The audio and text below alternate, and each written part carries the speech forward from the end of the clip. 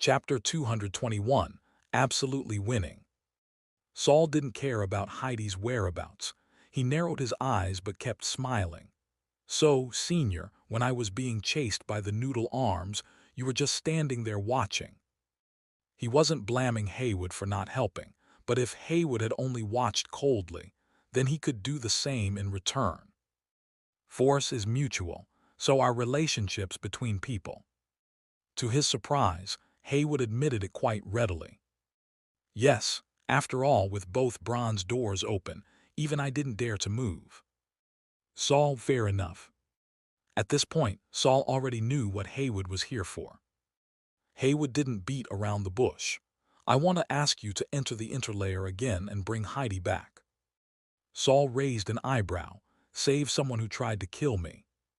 He wasn't that free. Before you solve the incompatibility issue with your soul-body link, I can help you with the problem of your soul leaving your body frequently in the short term. So here came the offer, a sustainable temporary locator. Not a bad deal, but not necessary. Saul was well aware of how terrifying the interlayer was, especially the space between the storage room and the basement filled with eyes. He had almost been roasted alive in there. Those eyes and the wax in the pipes weren't even on the same level of weirdness. The diary could testify to that. Haywood didn't seem surprised by Saul's refusal, and then offered a far more tempting condition. In addition, what if I told you I had intel about your silver eye? Silver eye?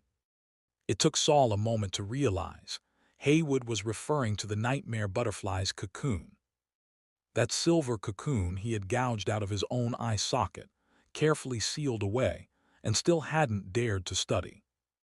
How much do you know? Saul immediately became serious. He wasn't about to risk his neck just to get a bunch of fake information.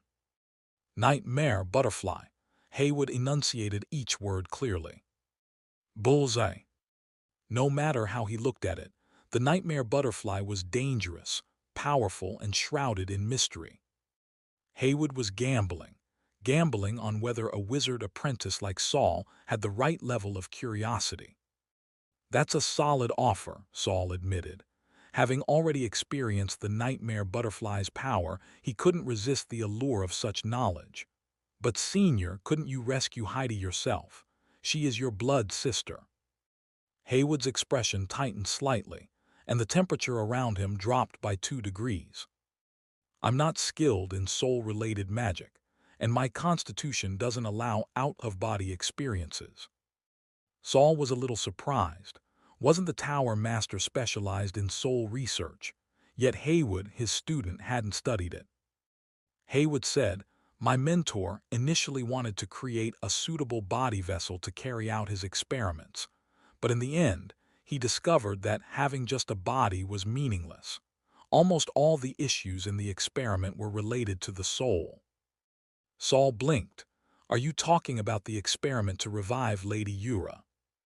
Haywood opened his mouth, hesitated, but eventually said, something like that. But since the Tower Master hasn't told you the details yet, I can't speak out of turn. Saul rubbed his chin and thought. Something like that probably means it's not exactly resurrection. Could it be the Tower Master is using Lady Yura's death as a cover to study something else entirely? At this point, he still didn't have enough information to figure out the Tower Master's true intentions, but it definitely seemed to involve resurrection. Haywood saw the topic drifting off and brought it back. As long as you agree to help, I'll give you 100 additional credits as compensation. Plus, I'll make sure Heidi doesn't come after you again and will face severe punishment for what she did. Haywood actually cares this much about his sister. Saul didn't buy it. That curse on him, don't tell me it's actually a locator. Of course, if you really mind, I can always ask someone else, offering whatever price I can afford. So he'd offer the nightmare butterfly intel to someone else. This was probably his final offer. I can give it a try. That place is too dangerous anyway, and I might not even find Heidi. Saul agreed.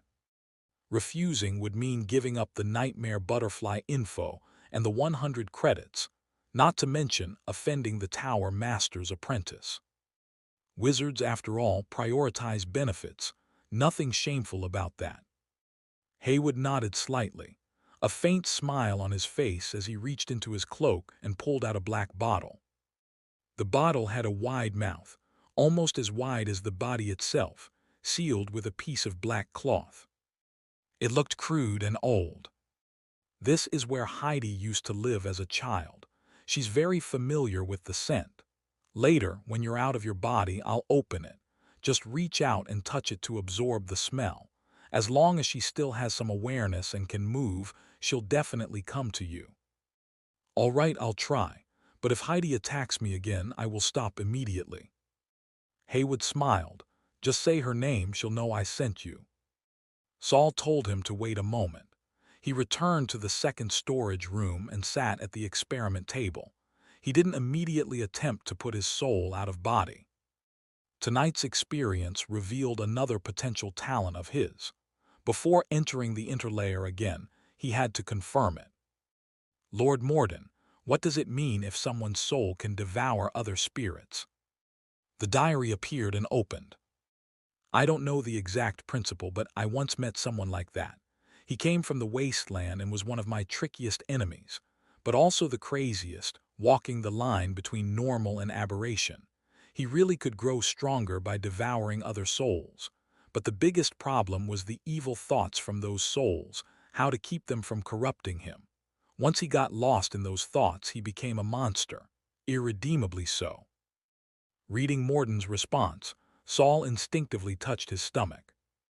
When his soul had been pulled into the pipes, there had been a period of delirium and madness. Once he regained his reason and emotions, his mind had blurred those memories. He remembered devouring many things that attacked him, but not exactly how. Maybe remembering would send him into madness again. Strange. This time I clearly devoured something like evil thoughts, but after recovering I didn't feel any trace of their influence. My soul strengthened instead and even gained some regenerative ability without any cost. So where did those evil thoughts go? That's impossible. This time, Morden spoke up again on his own. Unless what attacked you was pure energy, it's impossible for no remnants of will to remain. Maybe it's hiding in your subconscious. That's actually more dangerous, because you wouldn't even know if you're still you. Am I still myself? Am I? He rambled on, his thoughts clearly starting to spiral. The experience of becoming a wraith had left deep scars on Morden's soul. It was a scary thought. But Saul closed his eyes and recalled everything about his past life. Nothing seemed off. Are those evil thoughts really just buried deep in my subconscious? As he was pondering, the diary flipped to another page. It was the black half-page he'd found at the Ralph estate. Saul froze. The half-page had changed. Now it covered about 2/3 of a full page. But its surface was rougher, like sandpaper. Normal black pages had uneven edges too, but their texture was more like parchment, not this coarse. Wait a second. Did the diary absorb all those evil thoughts and use them to restore the black pages? Saul's jaw dropped. Lord Morden, are there any tools or spells that can absorb evil thoughts from someone's mental body? Impossible, that's impossible, I don't believe it. Morden sounded angry now. His over-the-top reaction made Saul all the more excited. Can the diary really absorb those fragments? Makes sense. It can absorb full consciousness, so why not leftovers? If that's the case, I could keep absorbing spirit bodies to boost my mental strength without worrying about side effects. Those vengeful spirits from the girls last time didn't get absorbed, maybe because they weren't up to standard. Maybe it only works on apprentice-level entities and above. Either way, this was an even bigger discovery than the nightmare butterfly intel. As everyone knew, improving one's mental aptitude was extremely difficult. That's why most people focused on enhancing their magic power, leading to the magic value supremacy trend. The belief that as long as your magic was strong enough, you could cast powerful spells, do complex experiments, and kill more enemies. But if Saul could keep boosting his mental strength like this, he'd be walking a path few dared to tread. Mental body augmentation. The best part, he didn't even have to worry about his magic lagging behind his mental growth, because he had the diary to help with safe wizard body enhancement. All in all, this round, he absolutely won. Saul, I've never been modest with myself. Chapter 222, Gotta Charge Extra. The idea of enhancing the soul body through devouring was still just a hypothesis. Saul wouldn't recklessly carry it out just because he had a hunch, no matter how reliable the diary was as a safety net. Before any experiment could begin, there were still many preparations to make. He had already settled on the topic, but he still needed to go through justification, implementation, and verification, among other steps. And all that had to wait until his body modifications were further along, so he wouldn't randomly have out-of-body experiences anymore.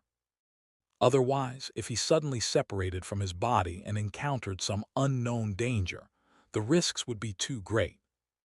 Suppressing his excitement, Saul finally remembered that Haywood was still waiting outside.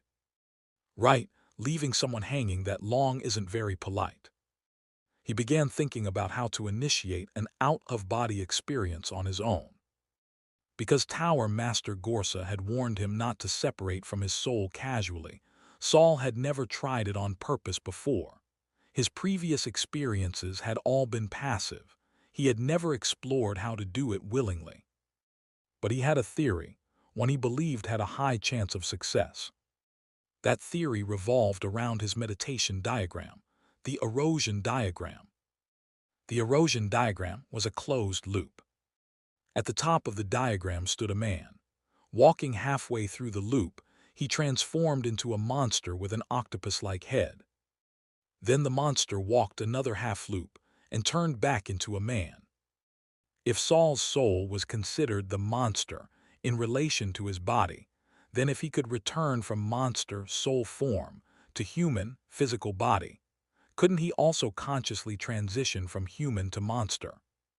He consulted the diary, but received no reply. So he cheerfully began the experiment. He started circulating his meditation technique. Following the motions in the erosion diagram, he imagined himself as a monster, trying to shed his disguise. Imagining myself as a monster is kind of tricky, Saul rubbed his forehead. Actually, when I was returning to my body before, I didn't think about whether I was a monster. I just wanted to go back. Maybe now I just need to try wanting to leave. He attempted again.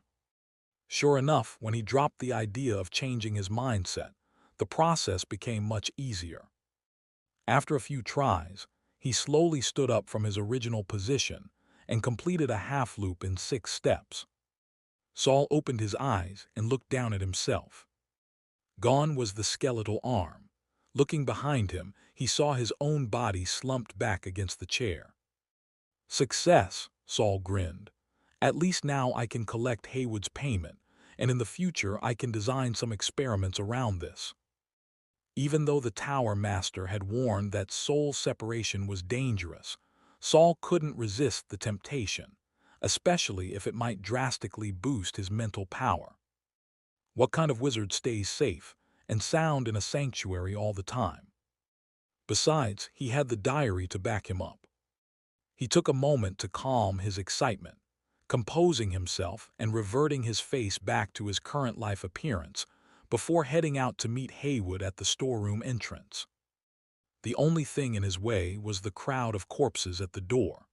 They were quite enthusiastic and kept trying to invite Saul to come hang out.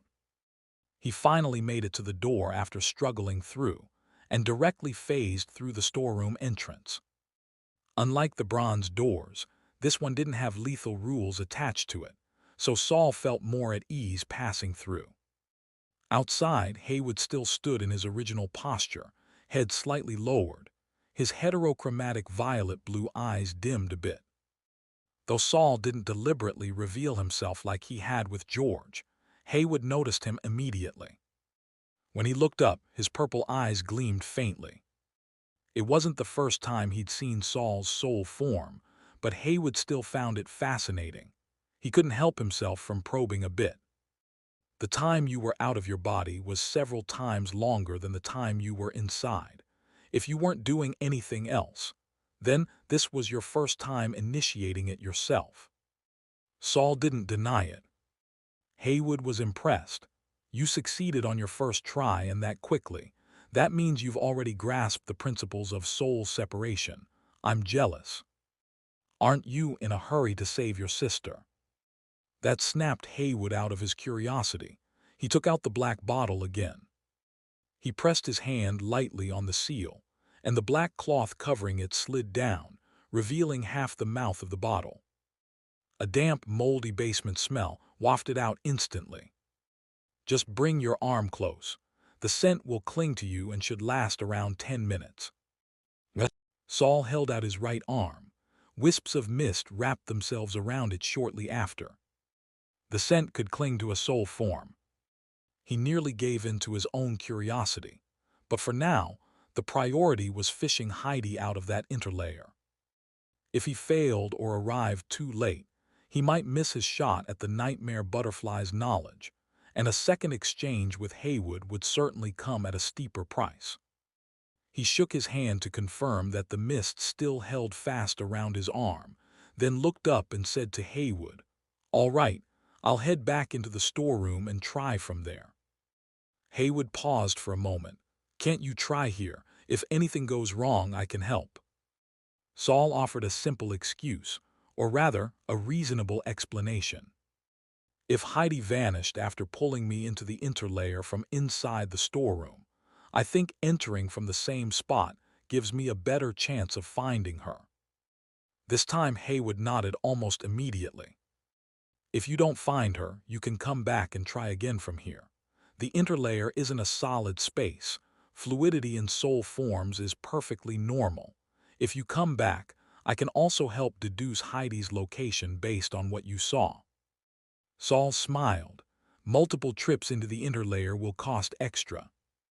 Haywood didn't hesitate. "No problem." Saul passed back through the storeroom door. He hadn't lied. He returned to his bed before slowly descending. He didn't fully understand the nature of the interlayer, and this felt a bit like carving a mark on a moving boat, but it was still better than aimlessly wandering. Naturally, Saul kept an eye on the diary the whole time. If it signaled for him to stop, he'd withdraw immediately. This time, with greater control over his soul body, Saul successfully sank back into the interlayer and returned to the eye-filled darkness. Just like last time, the moment he arrived, he felt those scorching gazes. Every single eye in the black darkness, big and small, snapped toward him. Saul endured the burning pain crawling over his body as he scanned his surroundings. Eyes were everywhere, thick as grass, making his skin crawl. He did a quick sweep but saw no sign of Heidi's grotesque face. Not daring to linger, he withdrew before the diary even had to intervene.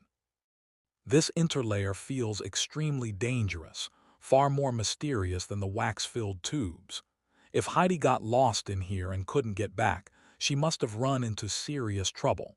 If she's too deep in, there's no way I can reach her. Still, for the nightmare butterfly's secret, Saul was willing to risk one more time. But before his second entry, he waited a little. Haywood had used scent to attract his sister, and it needed time to diffuse. After about 2 minutes, Saul entered again. Nothing. He left before the burning sensation grew unbearable. One last attempt. If it still fails, I'm going back out to make Haywood pay more. With that decision made, Saul took a deep breath and entered the interlayer one final time from the same spot.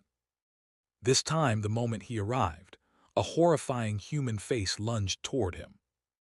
Bang! Saul instinctively threw a right hook.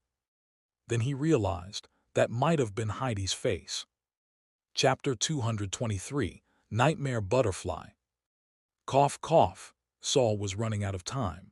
As the enormous face lunged at him again, he quickly shouted, "Heidi!" The charging Heidi froze mid-step. That's when Saul noticed. Heidi's eyes were gone. Two deep hollows were all that remained on her face.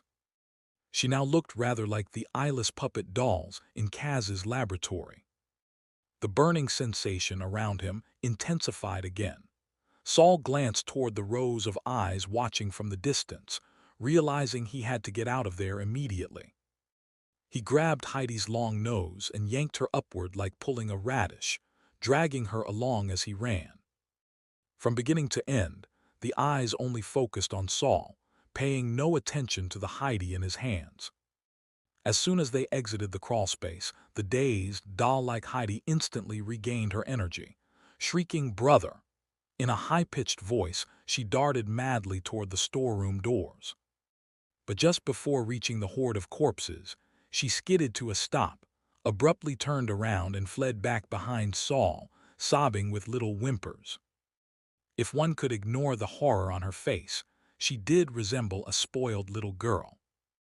Well, more like a spoiled little girl's head. Saul paid her no mind as she trembled in fear before the corpse horde. He first returned to his body and stood up again.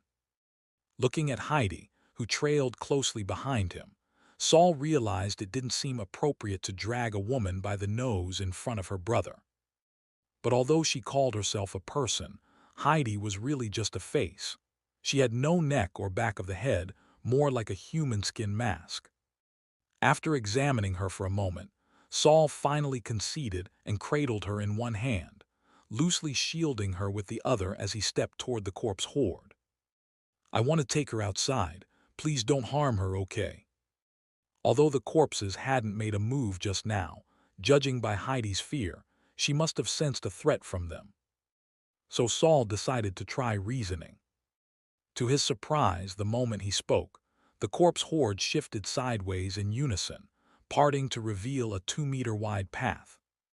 Saul blinked, taken aback by how cooperative they were. Had they grown attached to him after all this time? After all, many of them had invited him into their own spaces to witness their dull daily routines. "Thank you," Saul said politely, nodding as he carried Heidi forward. Of course, he remained alert in case the corpses suddenly turned hostile toward him or Heidi. Fortunately, the journey was smooth. Saul pushed open the storeroom doors and immediately saw Haywood still standing there with the black bottle in hand. "Brother!" Heidi seemed to sniff out Haywood's scent with her long nose and instantly flew from Saul's hand to his side. Saul didn't stop her. Heidi circled around Haywood's head a few times, seemingly wanting to reattach herself to the back of his skull. But Haywood didn't allow it. He simply raised the black bottle in his hand.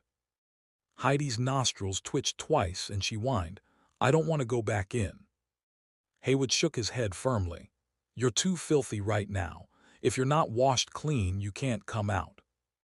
The frail, girl-like expression on Heidi vanished instantly. Her face twisted with fury as she began cursing at Haywood. But Haywood was clearly used to this. With no expression, he grabbed her nose and stuffed her forcefully into the black bottle. "So, thanks a lot," Haywood said as he sealed the bottle. Without any tricks, he then pulled out a small lead box from his coat. Saul accepted it and was about to examine it when Haywood stopped his hand. "It's best to read this somewhere quiet and alone. Each session must not exceed 10 minutes. For 3 days after reading, don't sleep. Avoid deep meditation too." Haywood solemnly laid out all the precautions. The diary offered no objections. He also warned Saul, when not in use, always seal it in this lead box. Don't take notes. And after reading it, as your understanding deepens, you must never speak or write its name, especially if you have an immature cocoon nearby. The deeper your bond, the more likely you are to awaken it. Once it transforms, even a true wizard wouldn't dare provoke it. Saul nodded to show he understood. Haywood finally let go. Dangerous yet beautiful, that's what makes Wizardly so fascinating. He then seemed eager to show off more, inviting Saul to tour the first storeroom, clearly roused by the nightmare butterfly. But Saul felt it was best not to wander for now. Haywood didn't push it. "I'll go prepare. I'll come help stabilize your soul-body connection at noon tomorrow." That was the first reward Haywood had promised Saul. Saul wasn't in a rush. Cradling the lead box containing the information on the nightmare butterfly, he returned to the second storeroom. But despite finally having the long-desired material, Saul didn't open it right away. Instead, he placed it on a distant shelf, away from the cocoon. "My soul and body are still unstable. Viewing this now might be too dangerous. Better to wait until after my second physical modification." Resisting the lure of knowledge, Saul lay back on his single bed. "What I really need now is sleep." But the moment he hit the mattress, he bolted upright again, rushed to the corner of the storeroom, and dragged out a stone coffin. This coffin could partially seal souls. Apprentice wizards often used them to bring mutated corpses back for research. Saul had gotten this one from a senior who tried to deceive him by pretending to be possessed. He had killed her, and the late-arriving senior Byron handled the cleanup and divided the spoils. Saul ended up with this coffin. He hadn't had much use for it since. Who would have thought he'd eventually use it as a bed? Not that he minded. After cleaning off the dust, he tossed in his bedding and pillow. A dozen or so days later, Saul was holding two test tubes, comparing the differences. One had triggered a death warning from the diary. The other was safe, but hadn't turned crimson as described in Ralph's notes. Something must have gone wrong in one of the steps. Saul shook his head. He couldn't figure out where he'd erred. As expected of a true wizard's research, the diary's corrections still can't help me fully replicate it.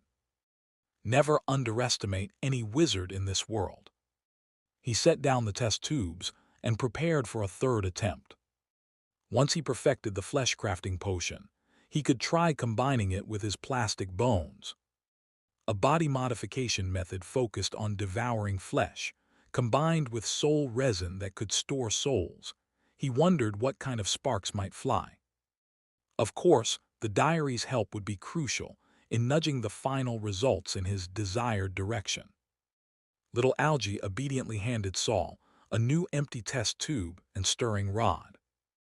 It was always the most exciting when Saul did experiments.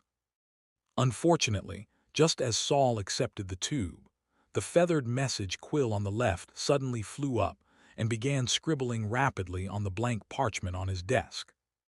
A mission, Saul blinked. He'd been back for nearly a month and was finally getting new work. It was as if the mentors had known he was in seclusion and had intentionally avoided disturbing him. If that was the case, it was probably the Tower Master's order. He handed the tools back to little Algie and approached the quill to read the new assignment. There were no rare materials listed.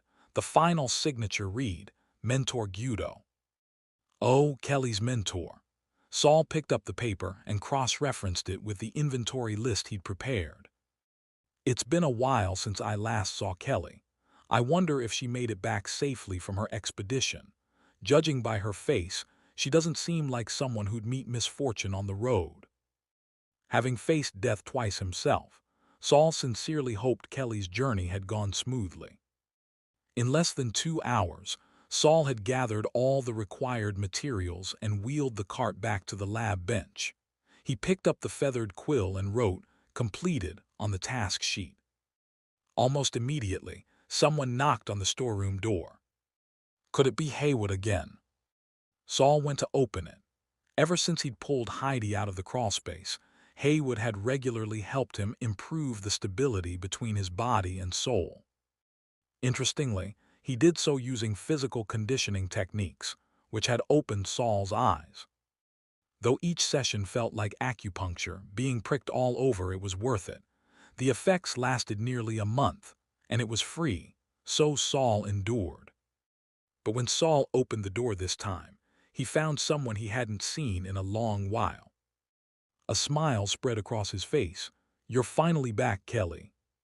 Chapter 224, Old Friend and Letter. "You still recognize me like this?" Kelly muttered as she tossed something to Saul. No wonder she was surprised. She was clad in full plate armor, with a mask thin as gold foil covering her face, leaving only a sliver of her mouth exposed. Even her lips were a shimmering gold red. Aside from the red ponytail trailing from her helmet, there wasn't a single familiar feature to be found.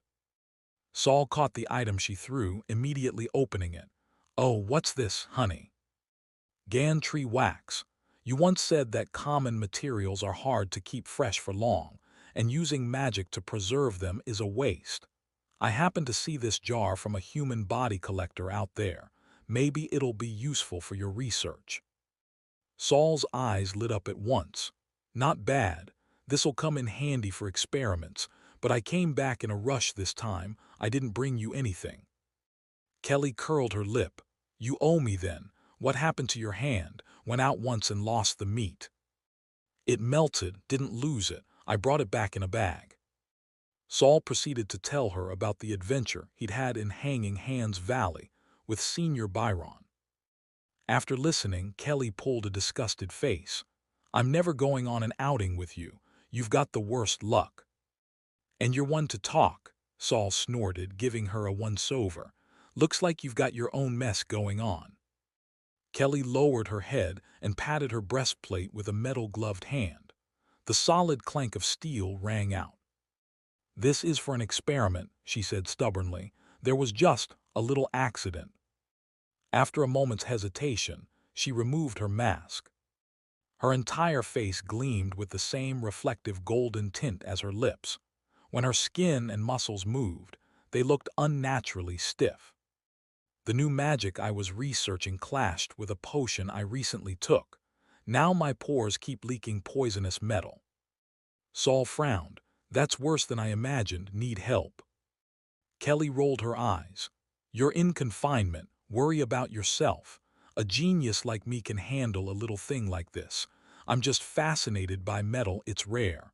I want to collect more before I fix it." Saul gave her a thumbs up with his skeletal hand. "You're a badass." Kelly instantly replied, "You're a badass too." Sometimes in private, Saul would say strange words Kelly hadn't heard before. She could never tell if he was complimenting or insulting her, so she usually shot back right away and figured it out later. "How long are you going to be stuck here? I was hoping to apply for a joint research project with you." Saul glanced back at the warehouse door. Not long now. I've got the base framework sorted out. What's left is combining the parts and testing them one by one. Should be done within a month, assuming I get lucky." Kelly twitched. "With your luck, we'll see." But she quickly remembered how unlucky she'd been lately too, and rushed to change the subject before Saul could clap back. "Right, I came to pick up materials." She struggled to pull a rolled-up paper from a small pouch on her armored belt and tried to open it for Saul. Watching her stiff, nearly tangled fingers, Saul shook his head and took the paper himself. The message was simple, just 2 characters, "Completed." Saul recognized them immediately. He'd just written them himself using the message pen. You're the delivery person. You hate this kind of physical work." But he quickly realized, I see. With how stiff you are now, walking's probably the only thing you can do. Try casting a spell and you might blow yourself up." Kelly's expression contorted. She clenched her gloved fist in front of Saul, grinding her teeth. "Hurry up and get to work. If you delay me, I'm docking your credits." Saul turned to the storeroom, shaking his head and sighing. Funny how someone forgot she was on the job first. Behind him, Kelly stomped in frustration, but her armor was too heavy to actually get airborne. The materials were already prepared, so Saul returned quickly. As he pushed the cart out, the warehouse door opened wide and Kelly's gaze swept across the entrance, until it froze on something. Why is Billy inside? Wait, no, that's Bill. He looks kind of weird. Saul had already pushed the cart out, and the door was slowly closing behind him. Bill's face disappeared into the narrowing gap. That's Bill, Saul replied, handing the cart over. How do you know him? Kelly took the cart, her armor clanking with each movement. He was also one of Mentor Gyudo's students. I've seen him twice. Very memorable. Tusk, is he dead? Yeah, the senior who led me into the trap I mentioned. That was him. Well, good riddance then. Kelly turned the cart around. He's got a brother, Billy, even stronger. Saul had heard of Billy before, and even seen him briefly during a recent spirit walk through East Tower. But he wasn't in a good state of mind then, and so he didn't remember him clearly. Worried he'll come after me. Nah, don't worry, he's too busy. All he cares about are experiments and study, cold and ruthless like a prop. Kelly shrugged, the clatter of her armor echoing. Still, best stay clear of him. I'm off, she waved. Saul had just opened his mouth to say goodbye when Kelly suddenly smacked her forehead. Clang! The sound was loud enough to echo faintly in the hallway. Was that really necessary? Saul looked at her, baffled. Almost forgot. Kelly started fumbling again and finally pulled a thick envelope from another pocket. Someone gave my brother a letter to pass on to me and said it's for you. Saul took it, puzzled. Who would write him a letter? Seems like a relative of yours. You never mentioned having a family. I thought you didn't. He broke the ornate wax seal, only to find a plain white envelope inside. The white envelope wasn't sealed. Turning it over, Saul saw 4 characters on the back, and his eyes went wide.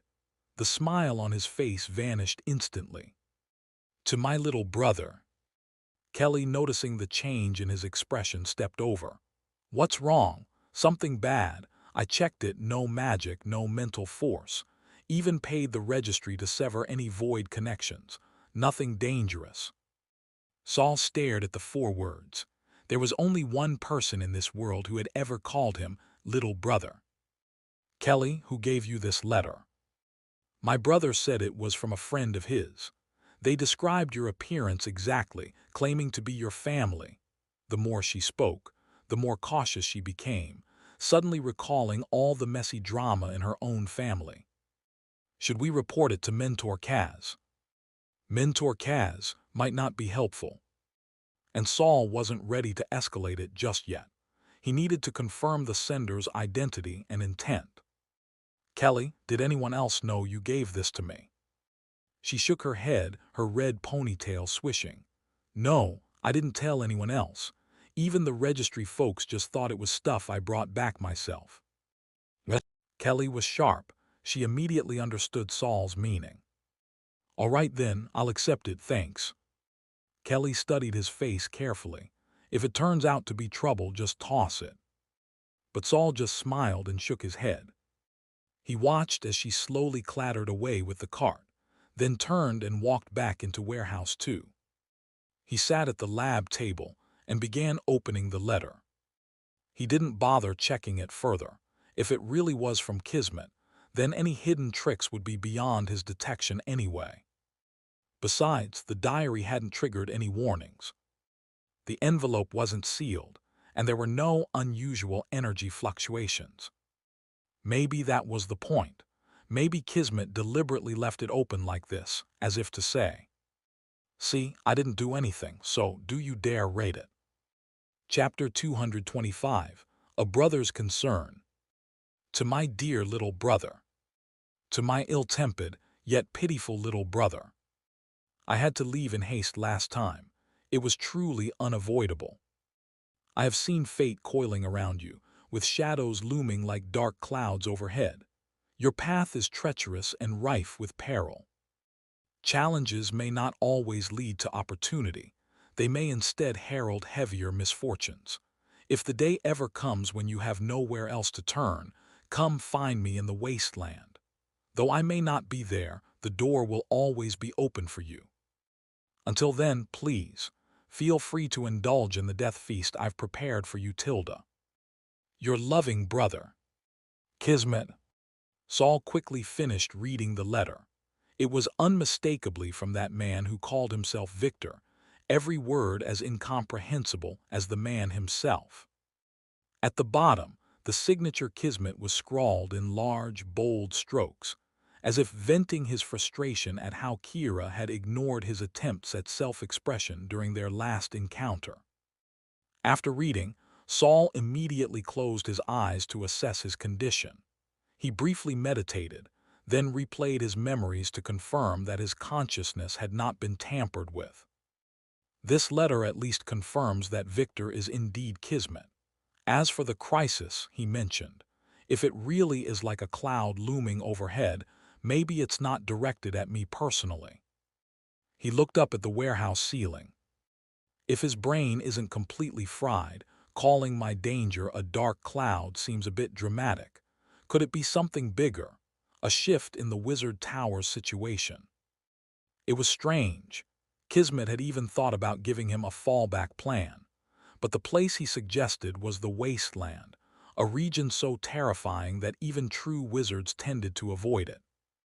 If it weren't for the possibility that Kismet was somehow connected to the golden pages in the diary, Saul wouldn't even consider continuing any contact with him. He tossed the letter onto the desk, turning over the possible hidden meanings in his mind, when he suddenly paused.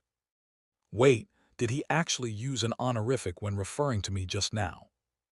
But when Saul looked down to double-check, the letter had vanished. Self-erasing message. He felt a wave of unease. What's most important now is still to resolve my body's condition. I'm too weak. Though the evidence was gone, Saul didn't let it slide. That very night, he used his messaging pen to report the incident to Gorsa, how Kismet had delivered a letter through someone else. After all, Kismet was a second-rank wizard and seemed to harbor some ill intent toward Saul. He had no intention of facing this potential threat alone. With that, he once again buried himself in the research and experiments for his body modification. Meanwhile, at the border between the Kema territory and its rival, the Kina's territory, on a barren plain with no sign of life for kilometers around, Kismet stood among dozens of corpses, tilting his head to listen for something. He cradled a white harp, idly plucking at its strings with his right hand. The music drifted out softly, echoing like ripples under the night sky. At his feet, a man knelt on the ground, shoulders trembling. Suddenly the harp fell silent. Kismet smiled. Ah, the master has received my sentiments. Satisfied, he looked down at the would-be knight who seemed desperate to lick his boots. When is Kina's planning to start the war with Kema? The knight's trembling froze. He lifted his head, his face shifting from terror to confusion, then to joy. "My lord," he blurted out involuntarily, then quickly looked around in panic. Despite the carnage surrounding him, he seemed completely unfazed. "My lord, the three-party subversion agreement has been signed. Once Prince Aruba reaches the second rank, the war will begin immediately." Oh, tilde three-party. Then it must be either Biton Academy or the land drifters sticking their noses in. Kismet nodded and lightly tapped the knight's helmet with the harp's body. "That tells me nothing. I don't know when Aruba's going to advance." The knight looked a little lost but didn't dare flinch. He quickly corrected himself. "Prince Aruba said he's confident he'll break through within 2 years." Kismet scoffed. They've been scheming all this time just to wait for a fledgling second rank. Kema has more than one second-rank wizard. Who exactly is he planning to fight? The war goddess Kira, or the Wizard Tower's Gorsa? The knight inched closer and lowered his voice. "It's said that once war breaks out, the Wizard Tower's representative won't show up." Only then did Kismet seem satisfied. "There we go, now it's a fair fight. That makes things exciting. Looks like the Wizard Tower's foundations are starting to shake. Time for another ugly game of intrigue." Mentioning war and conspiracies seemed to energize Kismet. But as he did some mental calculations, his enthusiasm dimmed a little. 1 year, 2 years, Saul might not even make it to third rank. Still a little too soon. A mere second-rank apprentice doesn't even qualify as cannon fodder. As he pondered, the ground began to tremble slightly. A small hill cracked open, and from within crawled a massive sand scorpion. Who knew how long it had been underground? Its body was covered in tangled roots and dirt. The kneeling knight turned and screamed at the 5-meter-long monster, collapsing to the ground. But then, remembering who stood behind him, he somehow found courage. He grabbed a sword from the ground, planted himself in front of Kismet and shouted, "My lord, it's a sand scorpion. I'll hold it off, please run." Kismet glanced at the creature, then tilted his chin toward the knight. "Then I'll leave it to your loyal service." The knight froze. Then a blast of foul wind struck, and the massive claw came crashing down. His strength was unimpressive to begin with. He dodged the pincers but not the stinger. After one strike he convulsed and died. The sand scorpion turned toward its next prey. But Kismet remained calm. He stepped over the bloated corpse and approached the beast. Humming a single note, a breeze swept through, cleaning the scorpion of all soil and roots. The entire time the creature didn't move, its eyes fixed on him. Then Kismet climbed onto its back, settling on a smooth section of carapace. The scorpion shook its head and tail, like awakening from a trance.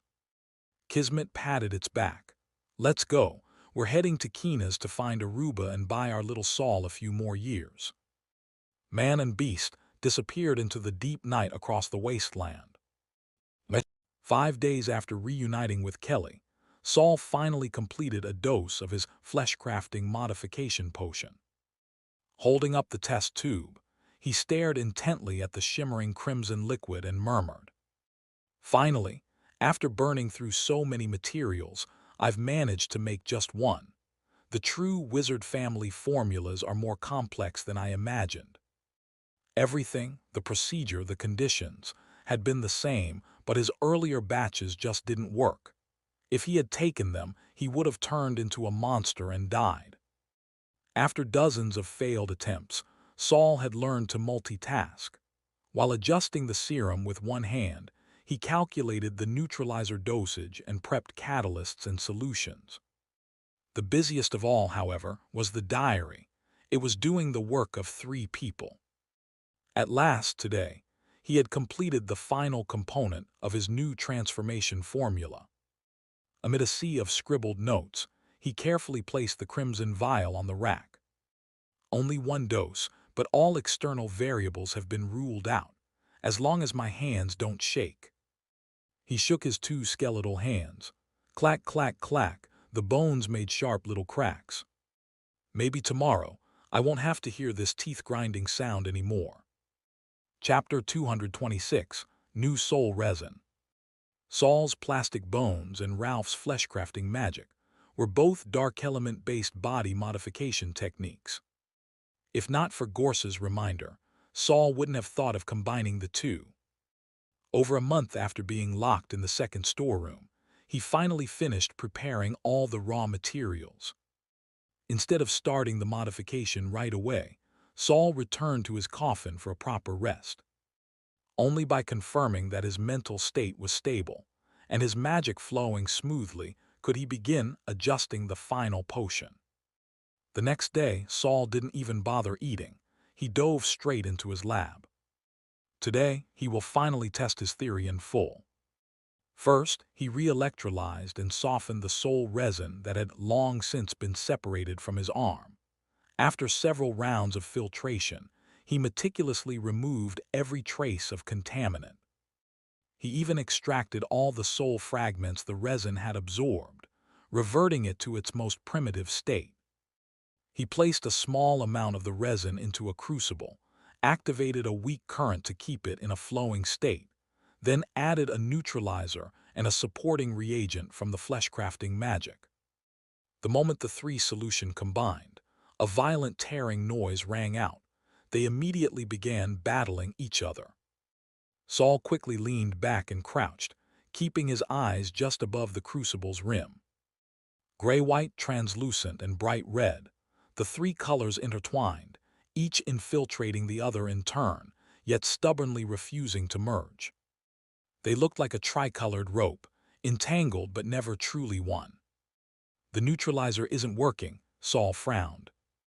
According to his calculations, the neutralizer should have been the first to blend with the other two solution, acting as a bridge that slowly brought the gray and red into harmony. But in reality, there was no sign of fusion. Why isn't there even a hint of reaction? Saul closed his eyes and retraced every step of the experiment in his mind. He had calculated and simulated every part of the process. He couldn't find an error in logic. If logic didn't help, then he'd examine reality. Opening his eyes again, he stood and directed his mental energy into the tangled solution in the crucible. It was a risky move. Wizard solution weren't always inert substances, especially in flesh crafting, where some components carried consciousness-devouring traits and could pose a real danger. But the diary didn't stop him this time. Bit by bit, Saul's mental power reached into the crucible. Although his mental energy couldn't yet influence the outside world directly, after several enhancements, he could now observe subtle details from a spiritual perspective. In that deeper view, he saw the issue. The neutralizer, which was supposed to catalyze the fusion, had become inert. This inertia prevented it from actively blending with the other solution.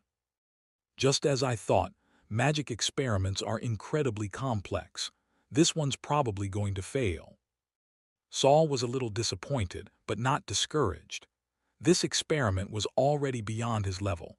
Failing a dozen times wouldn't be unusual. But then something unexpected happened.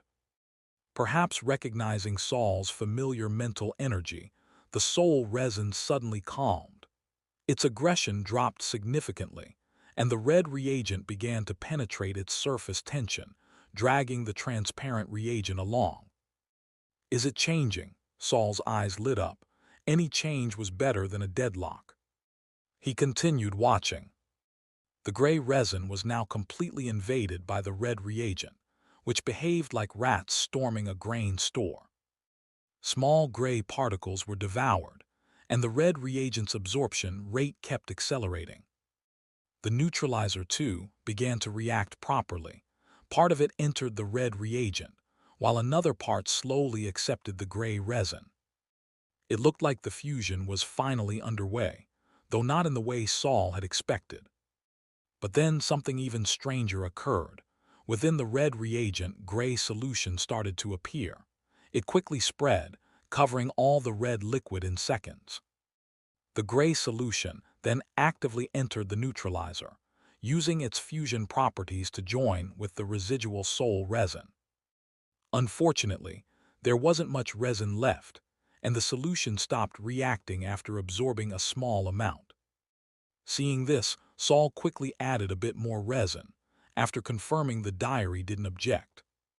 As soon as the new resin entered, the gray solution resumed its fusion, but again, it only absorbed a little before halting. This new gray solution has a very low solubility in the soul resin.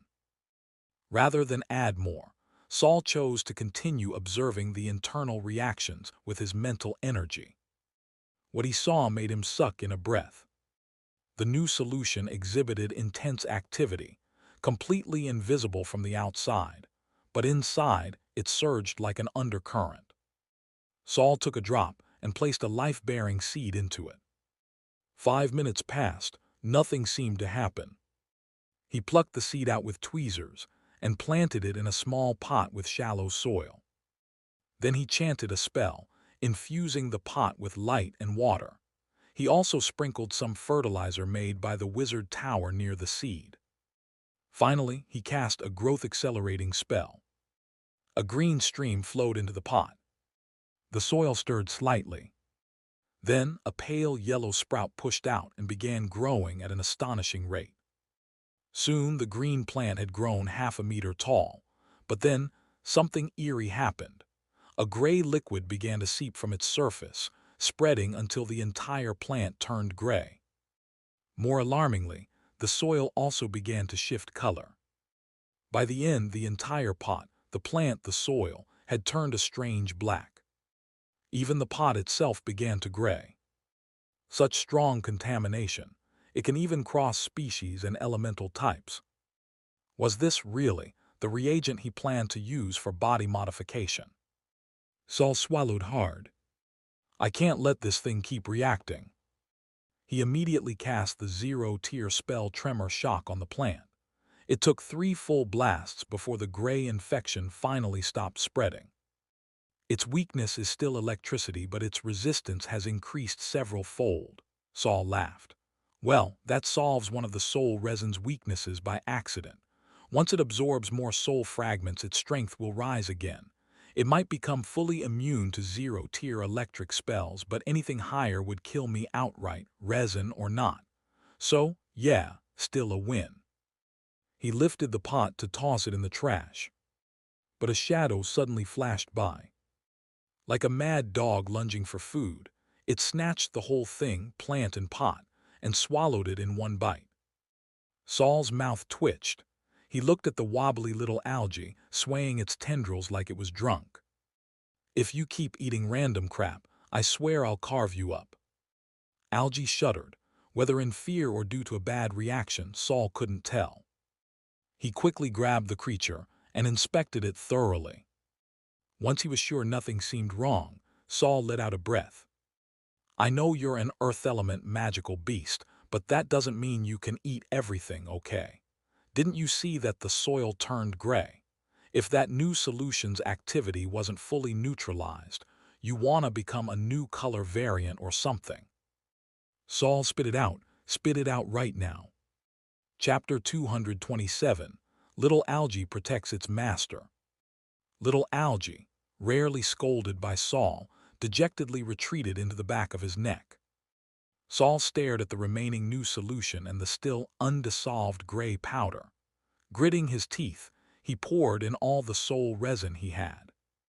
With the increase in volume, the gray powder dissolved even faster. Soon, there wasn't a single grain of powder left in the cauldron. He stirred the mixture with a crystal rod a few times to ensure it was fully dissolved, then stood up and fetched a potion from the cabinet, Heart's Guard. A life-saving artifact for apprentices, usable from 1st to 3rd rank. He downed the potion in one gulp, then walked back to the cauldron. He deactivated the magic formation and waited for the faint electric reaction to fully subside. The gray solution then began to slowly solidify. Watching this unfold, and recalling the earlier mutation of the plant, Saul's brows furrowed deeply. Yet despite his lingering fear, his hands plunged into the cauldron without the slightest hesitation. It had a kind of tragic, sacrificial resolve. Then a most miraculous thing occurred. The gray solution actually began to climb up Saul's arms on its own, needing no shaping or sculpting as in the past. But when he saw the gray solution forming his hands into 2 black cement pillars, Saul began to panic. He tried molding the new material into the shape of hands, but as soon as he let go, the material reverted to its previous form. Still, Saul did not panic. The more critical the moment, the more he needed to rely on theory. In his mind's eye, the theoretical formulas for the new material flashed by like a slideshow, until stopping on a specific page. He closed his eyes and his mental body spun into overdrive. Compared to other wizard apprentices, his mental force was nothing short of overwhelming, and he poured it relentlessly into both arms. In the very next second, the cement-like limbs began to reshape themselves into human hands. Not only that, but the hands, sculpted by his mental force, were astonishingly lifelike. They had fingernails, skin folds, and even capillaries and muscle fibers sensed beneath the surface. They were a perfect replica of Saul's real hands. Saul's face lit up with delight, but the joy lasted only 3 seconds before a sharp sting came from his elbows. He quickly raised his arms and was shocked to find the stumps of his original limbs were being corroded by the gray solution. Yet there was no pain at all, as if the solution carried some kind of numbing property. Is this the start of devouring my body?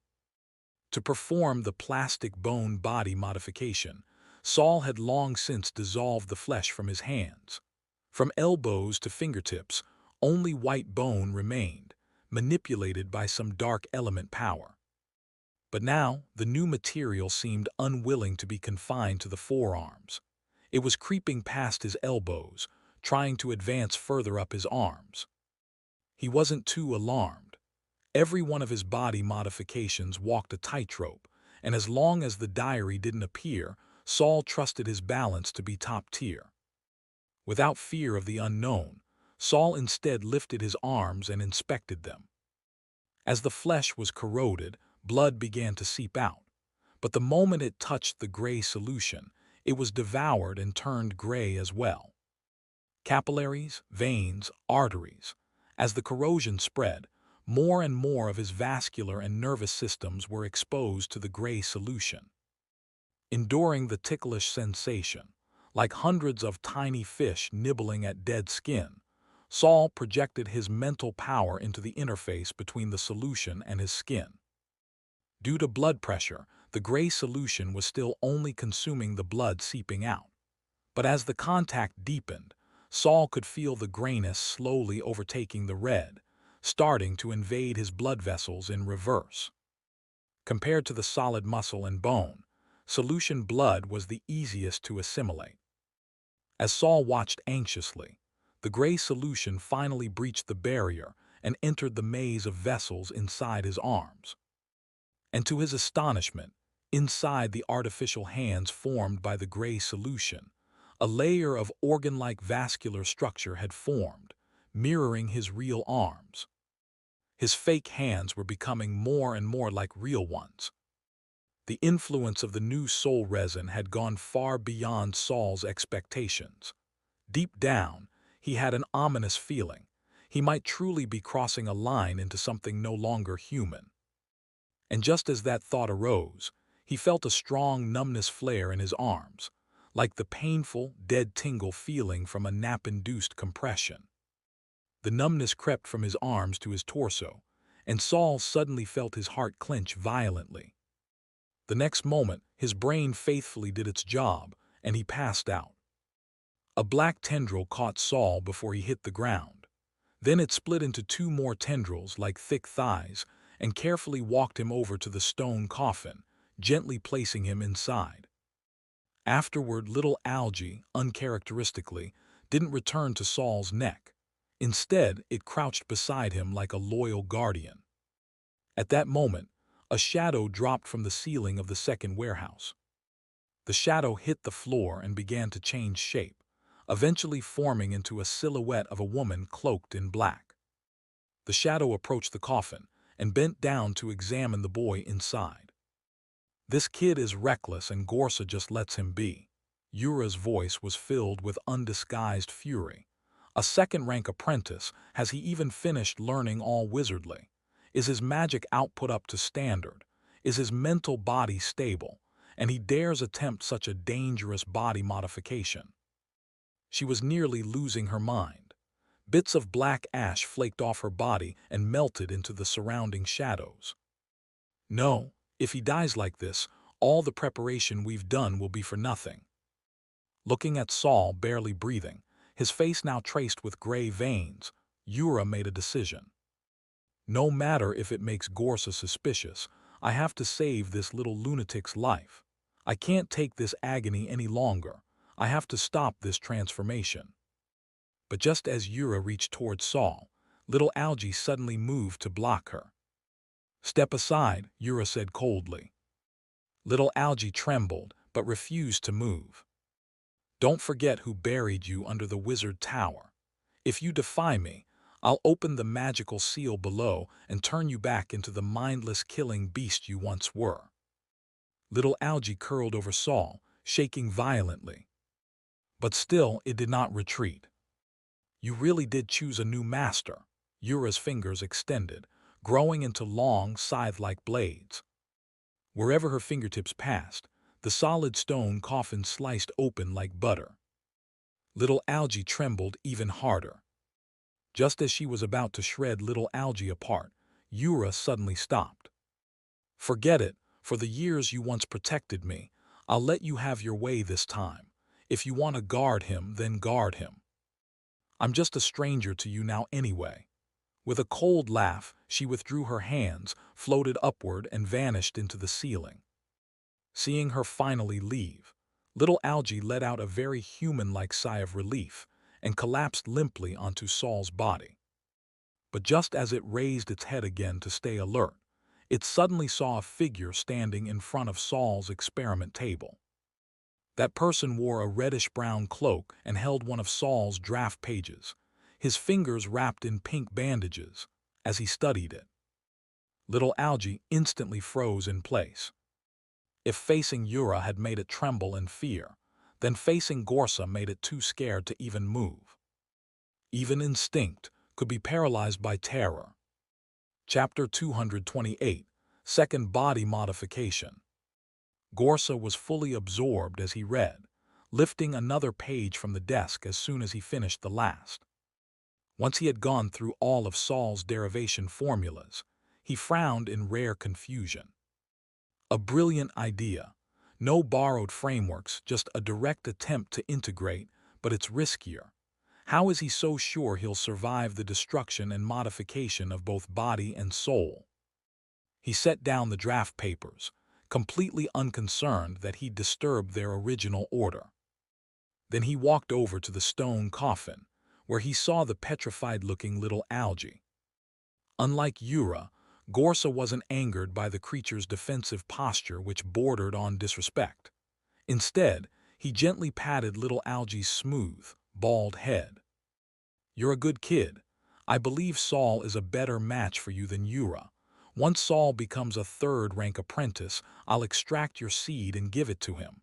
Sound good?" Little Algie blinked, jaws parting slightly to reveal a row of shark-like teeth and a black tongue that reached out to gently lick Gorsa's fingertip. It couldn't speak, only respond instinctively with the most basic reactions based on its understanding. Gorsa's eyes narrowed with a warm smile. "That happy, huh?" Little Algie nodded. Seeing this, Gorsa reached into his chest, extracting a red candle from the gap in his bandages.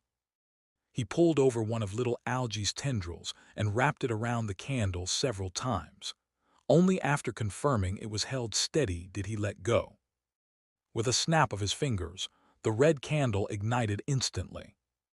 If Saul hasn't woken up by the time the candle burns out, use the flame to burn his palm.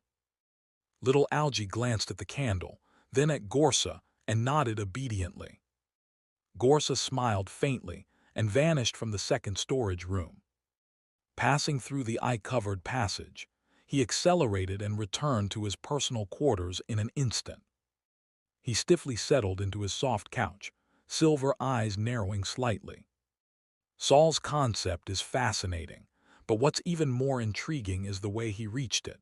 So many hypothetical pathways suddenly get cut off midway, only for him to switch to a completely unrelated line of reasoning. Is his thinking just that erratic, preferring to run everything in his head? Or does he have some way to confirm that the original deductions were definitely wrong? Woo-woo. Saul opened his eyes. He thought he'd just heard someone crying. But all he saw was a blue sky dotted with fluffy white clouds. "Am I hallucinating?" Saul stretched out a hand and grabbed at the sky. "Feels like wind." Woo-woo. There was that crying again. Could this be another illusion caused by the body modification? Like last time, when the world turned into bubbles. Saul turned his head to look at his left shoulder. The diary was still floating there, which gave him a bit of relief. Woo-woo-woo. The crying grew louder. It felt like the crying figure was intentionally raising the volume, because Saul was ignoring it. Curiosity killed the cat, huh? Even if there's no life-threatening danger, it might still cause me trouble. Best to pretend I didn't hear anything. Even though the sky seemed incredibly real, and the breeze carried a vivid floral fragrance, Saul was convinced it was an illusion. He subtly touched the ground beneath him. What he felt was grassy soil, damp with traces of moisture that matched the wetness on his clothes. Feels like there was a rainstorm here just now. Halfway through the thought, Saul cut himself off. Don't follow the illusion. That leads to deeper delusion. He began channeling his mental energy, trying to wake himself up. His spiritual body began to vibrate faintly. Saul focused on recalling the solid feel of the Wizard Tower's stone floor, forcing himself to imagine that what he was touching wasn't damp soil, but dry bricks. Just like a dreamer trying to jolt themselves awake. Suddenly, a face appeared above him, blocking his view entirely. To his surprise, it was an incredibly beautiful face, almost surreal. None of the beauty Saul had ever seen could compare. It was like a meticulously painted masterpiece, free of any earthly imperfection. Saul stared blankly for 2 full seconds before his reason kicked in. Either shut his eyes or stare harder to find a flaw. He chose the latter. He didn't like passively avoiding things. But the more he looked, the more Saul began to doubt that this was just an illusion. Because aside from how impossibly beautiful she was, everything about the girl seemed real. Short, pale green hair hung down, each strand falling naturally in place. Among the locks of hair on either side, he spotted something else, pointed ears. At the sight of those ears, a word flashed through Saul's mind: elf.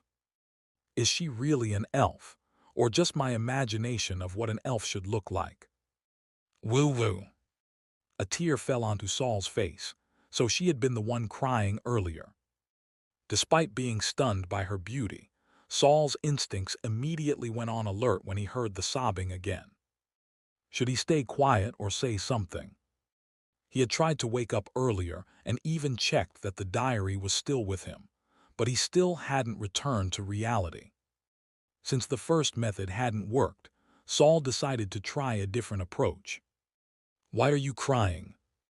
The green-haired elf froze in her sobs and looked down at him with sorrowful eyes. Because I'm going to die. Saul was taken aback. You're injured. She shook her head. I'm going to die. Saul hesitated. If he kept asking questions, would he trigger some trap? Like asking, how can I help? And she answers, let me eat you, followed by an instant transformation into a ghost bride. After thinking it over, Saul simply said, my condolences. The elf froze. She stared blankly at Saul as another teardrop, long held back, slipped from her eye onto his cheek. Then, just like shattering glass, the world around him cracked and fell away. The ceiling of the second storage room came into view, along with little Algie's dark, looming face, and the drool that was just about to drip from its mouth. What the hell? Don't tell me that was your drool just now. Saul bolted upright and quickly touched his face. Sure enough, he felt a drop of liquid. You were going to eat me, weren't you? Little Algie extended the red candle toward him. It was nearly burnt out, with wax running down its tendril. A red candle, Saul took it. Did you take this from my cabinet? Little Algie waved its tendril horizontally. Someone gave it to you. Little Algie nodded. Who? Saul chuckled. Who else could get into the second storage room? Was it Lady Yura or the Tower Master? If the former, nod. If the latter, curl up. Little Algie curled up into a ball. The Tower Master came here himself. Was he worried the modification might go wrong? Saul turned toward his workbench and immediately noticed things had been moved. But he wasn't worried. If it was the Tower Master, it didn't matter if he saw the modification formulas. Everything had been acquired legally and above board. There was nothing that couldn't be revealed.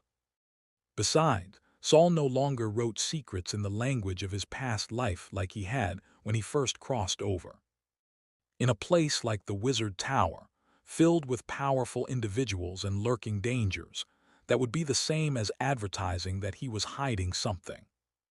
And now that he'd become a wizard apprentice, with his spiritual strength gradually growing, his mind was more than capable of storing all the secret knowledge he needed. What didn't need to be hidden could simply be recorded on paper. And the fact that the Tower Master had made no effort to hide that he'd flipped through Saul's notes, that too was a kind of safety signal. At that moment, little Algie suddenly nodded again. Saul patted it gently. But this gesture didn't seem to confirm his earlier guess. It had taken too long, though little Algie's reaction time was sometimes pretty slow. So someone else came in too. Chapter 229, A New Body. Who else could freely enter the second storeroom? There was no need to even think. To his surprise, both of the top beings in the Wizard Tower had come to observe Saul's body modification. It made the young apprentice feel a bit honored and flustered. But after the initial shock, he felt it was only natural. The carefully nurtured sapling had sprouted again. Naturally, they had to make sure it didn't grow crooked. Besides, Saul's body modification wasn't a secret to those two beings. If they wanted to watch, so be it. Saul climbed out of the stone coffin. You were the one who put me in there. Little Algie wiggled its tendrils in confirmation. Good. Saul sat back at the lab table, looking at his restored hands, his thoughts returning to the modification experiment. He pulled out pen and paper and began documenting the changes before and after the transformation. First, his skin was no longer semi-transparent and showed bones underneath, but it still had a pale, ashen gray hue. It looked more like a corpse than a living person. When Saul clenched his fists and lightly tapped the back of his hand, he could even see the blood vessels slightly bulge. The veins under the skin are real. My arms seem to have regrown in my original form thanks to the flesh-crafting spell. He picked up a small knife, intending to cut the skin and examine whether the internal tissue had truly regenerated, or if it was just a mimicry under the transformation. But when he pressed the blade gently against the skin, it merely indented the pale gray surface without leaving a mark. Saul applied more pressure. Though he felt some resistance in his left hand, the skin still didn't break. He barely even felt any pain. There's tactile feedback, but pain sensation is dull. Instead, it was the small knife in his hand that couldn't withstand the pressure. The blade began to bend and warp. Saul simply gave up on the knife and cast Arrow spell directly on his skin. Yet the magically enhanced arrow shattered the moment it hit his skin. The tip snapped clean off and ricocheted away. All Saul felt was a dull ache, nothing serious. He picked up the arrowhead and squeezed. It instantly warped in his hand. My strength has increased and my skin is much tougher. Finger dexterity is unchanged, but tactile sensitivity is dulled. I'll have to adjust and get used to it. Remembering the changes he observed in his elbow during the modification, Saul quickly rolled up his sleeve. But when the fabric was pushed above the elbow, the skin there was still the same pale gray. He traced his arm up to his shoulder and chest. The touch feedback made his heart sink, and he stripped off his robe and shirt entirely. What he saw stunned him. His entire upper body had turned gray as well. He rolled up his pant legs in a rush, then hesitated and undid his belt. One glance down. My whole body changed. Saul dressed again in a daze, rummaged through his lab tools for a mirror, and took a look. Sure enough, even the skin on his face hadn't been spared. Now all of Saul's skin had turned ashen gray. Only his hair and pupils remained black. He had suspected there might be widespread effects when he saw the gray solution corroding his skin and entering his bloodstream, but he hadn't expected it to be this thorough. This must be the flesh-crafting spell's inherent devouring modification instinct, and the first thing it chose to modify was me. He also noticed that his arms and body no longer looked so scrawny. The original body had suffered from chronic malnutrition and insomnia from fear, so Saul had never managed to make up for the gap in growth. Now he appeared somewhat stronger, especially in his upper arms. There were faint outlines of biceps and triceps. The new gray solution didn't just integrate with my blood, it also enhanced my physical condition. But what exactly is the basis for this enhancement? Saul stood up and inspected his pants. They were tighter and slightly shorter. I must have grown at least 3 centimeters. He still wasn't exactly tall, but at least he'd caught up with his peers. Whether this change is permanent or will continue over time is unclear. I'll start recording my measurements daily from now on. To confirm, Saul measured his body thoroughly and noted the data for ongoing observation. He returned to the lab table and picked up his modification formula, analyzing what had caused these transformations. With the correct result already in hand, reverse engineering the answer was much easier than solving it outright. The changes in skin and tissue were mainly due to the fleshcrafting spell. But what role did the plastic bone play in all this? To test his skin's toughness again, he took a very sharp steel needle and applied 70% of his strength. Only then did he finally manage to pierce his palm. Immediately, a droplet of red blood welled up. And this time, the pain was quite noticeable. Squinting, Saul focused his mental energy and examined the droplet. Within the blood, he could see tiny gray particles. They were invisible to the naked eye, but clearly visible under the enhancement of his meditation technique. These particles were evenly distributed throughout his bloodstream. Saul took the droplet and ran a test using lab instruments. The blood showed no major anomalies, only that its vitality was significantly heightened. And when he looked back to take another sample, the wound had already disappeared. Healing has improved too. Not bad. So far, all the modifications have been positive, but I don't have any soul fragments on hand, so I can't verify how the plastic bone's soul resin properties have changed yet. That could wait. He still had plenty of time. Next was the most crucial test. Had the compatibility between body and soul improved? Saul closed his eyes and began to meditate again.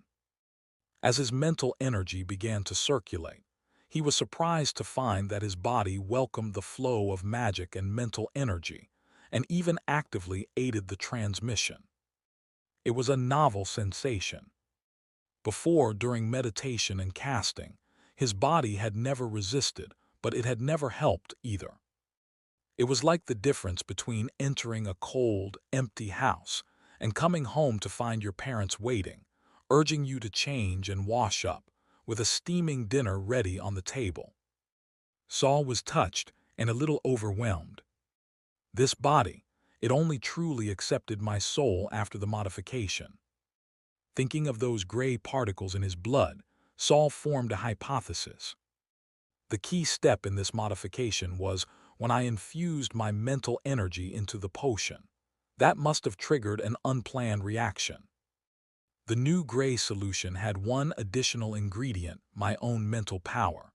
It was that force, my soul, that activated the complete alchemical reaction. So when the modification spread throughout the body, it naturally took on the shape of my soul. That must have been what the Tower Master foresaw when he instructed Saul to reference fleshcrafting spells, to resolve the incompatibility between flesh and spirit. Ralph, before being toyed with by Kismet, was able to devour others without losing himself, because his soul was the core of the potion.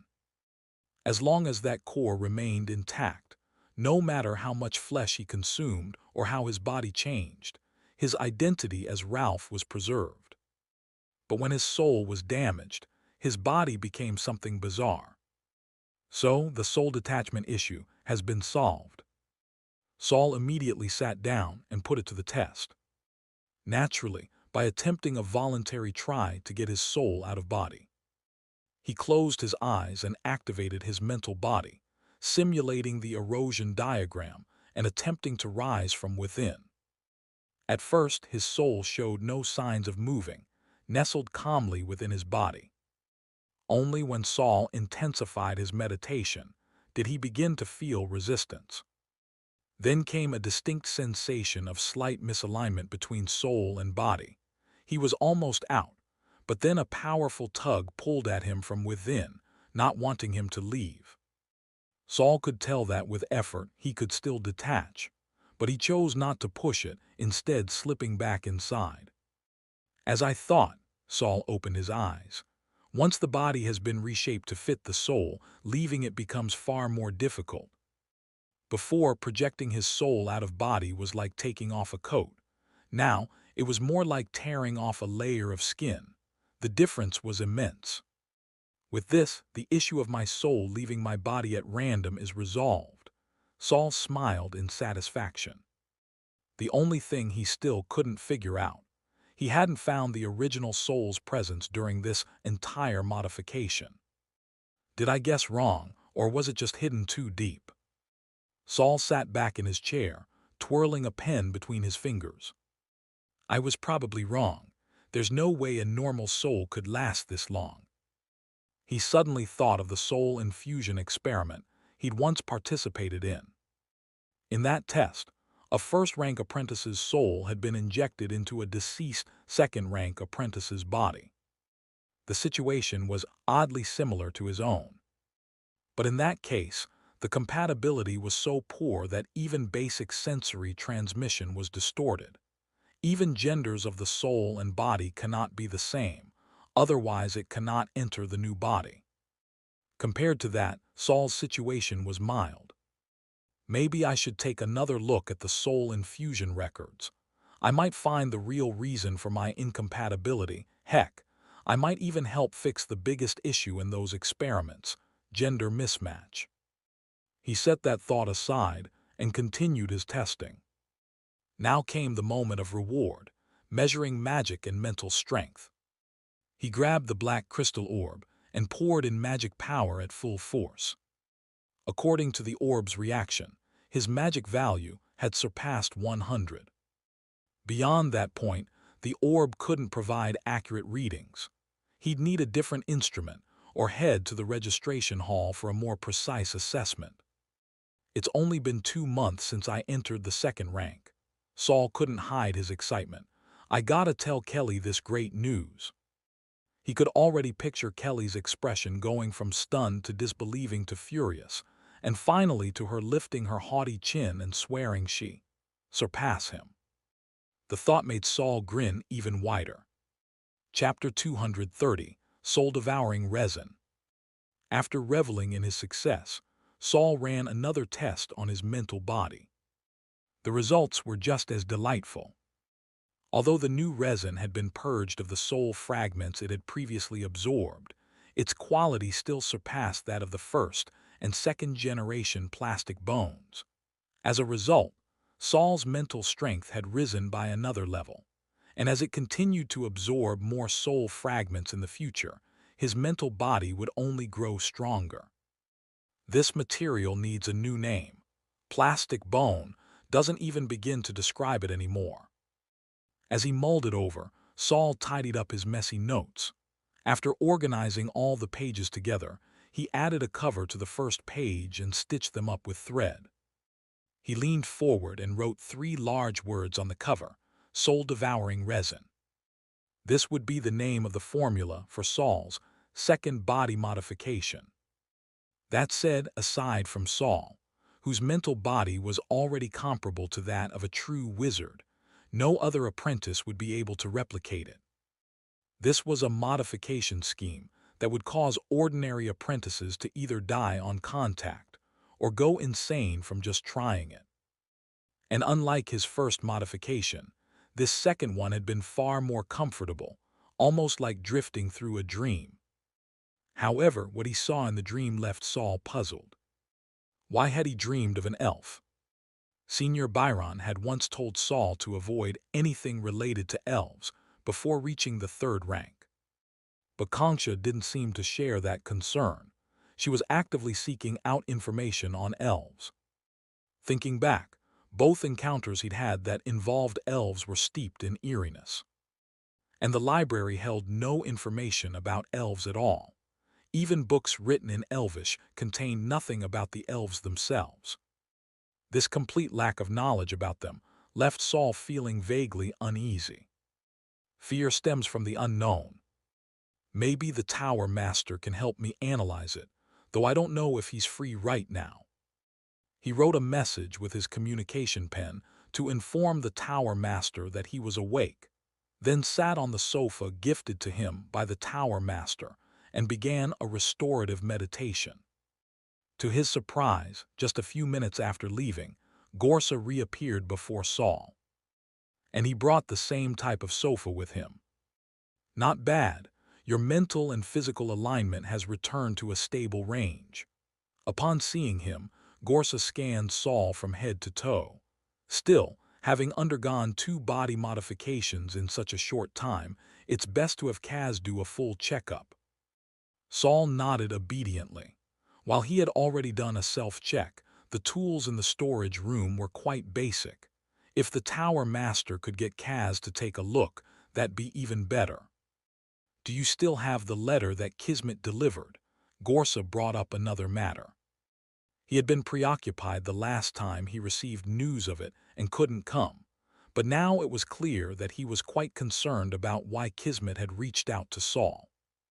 No, not long after I finished reading it, the paper vanished. I couldn't find a trace of it. Gorsa listened, lowering his gaze in thought, gently tapping his fingers on the sofa. Then he abruptly stood. His hood slipped off his head and his thick russet cloak billowed open. Close your eyes. Saul quickly shut his eyes. A burst of blinding light pierced through his eyelids, casting everything behind them in red and causing a faint stinging pain despite being shut. Saul hurriedly raised his hands to shield his eyes, finally escaping the glare's intensity. Dazed, he could feel the external light growing even stronger, nearly cutting through his fingers and stabbing into his eyes.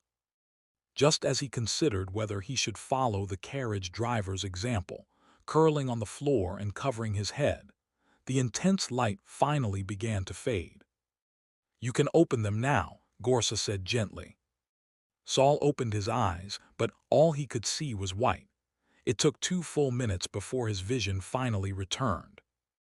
Tower Master. I didn't find any trace of the letter either. Kismet secretly sent you that letter, then made it vanish right after you read it. If he only wanted to convey a few words, he wouldn't have gone to such lengths. Saul's eyes widened. You mean he might have transmitted something else through that letter? That's my suspicion, Gorsa replied with a faint shake of his head. But I just examined you thoroughly. There's no sign of foreign magic or mental influence. Still, considering Kismet's usual tactics, Saul tried to recall if there was any other content on the letter. Was Gorsa suggesting that Kismet might have controlled him through the letter? Saul's expression grew serious as he closed his eyes and circulated his mental strength to its fullest. Anyone else doing this would look like a joke. It was nearly impossible for a normal person to detect tricks from a second-tier wizard. But Saul was confident. If there was any trace at all, he'd find it. A while later, he opened his eyes. No issues. Still, when he saw Gorsa staring straight at him, Saul politely asked, Tower Master, would you like to do another scan yourself? If I did, it would harm your mental body. This wizard tower was Gorsa's domain, deeply connected to him. Since even he couldn't find anything, the chance that Kismet had tampered with Saul was extremely low. Have you encountered anything strange lately? Gorsa asked slowly. For example, hearing unusual sounds or seeing unfamiliar images. That question jogged Saul's memory. He finally remembered the real reason he had called the Tower Master here.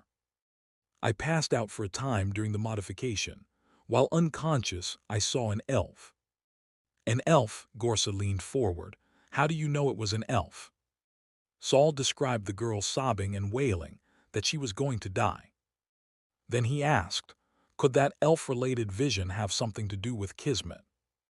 Recalling Kismet's striking appearance and flamboyant mannerisms, Saul suddenly blurted out a theory. Could Kismet be an elf? Ha, why would you think that? Gorsa was actually amused. Then again, most apprentices know almost nothing about elves, but since your mental body is already on par with a true wizard, I suppose I can tell you, elves disappeared 300 years ago. Elves disappeared. Saul blinked. If they vanished 300 years ago, why is everyone still so wary about them? And Elvish is one of the most common wizard languages. People study it all the time without any issues. Seeing Saul's surprise and curiosity, Gorsa smiled and continued. That's because Elvish was a language the elves created specifically to communicate with wizards. According to Gorsa, the elves were born with exceptionally strong mental power. Even newborns had the mental strength of true wizards. They spoke rarely and preferred to sing, but their songs had no lyrics, only melodies. When they needed to communicate, they simply sent mental vibrations, entire volumes of information transmitted perfectly in a single second. But this often caused unintended consequences. The receiving party, if not another elf, might go insane on the spot. So the elven sages developed the Elvish language. Normally, elves used writing to communicate.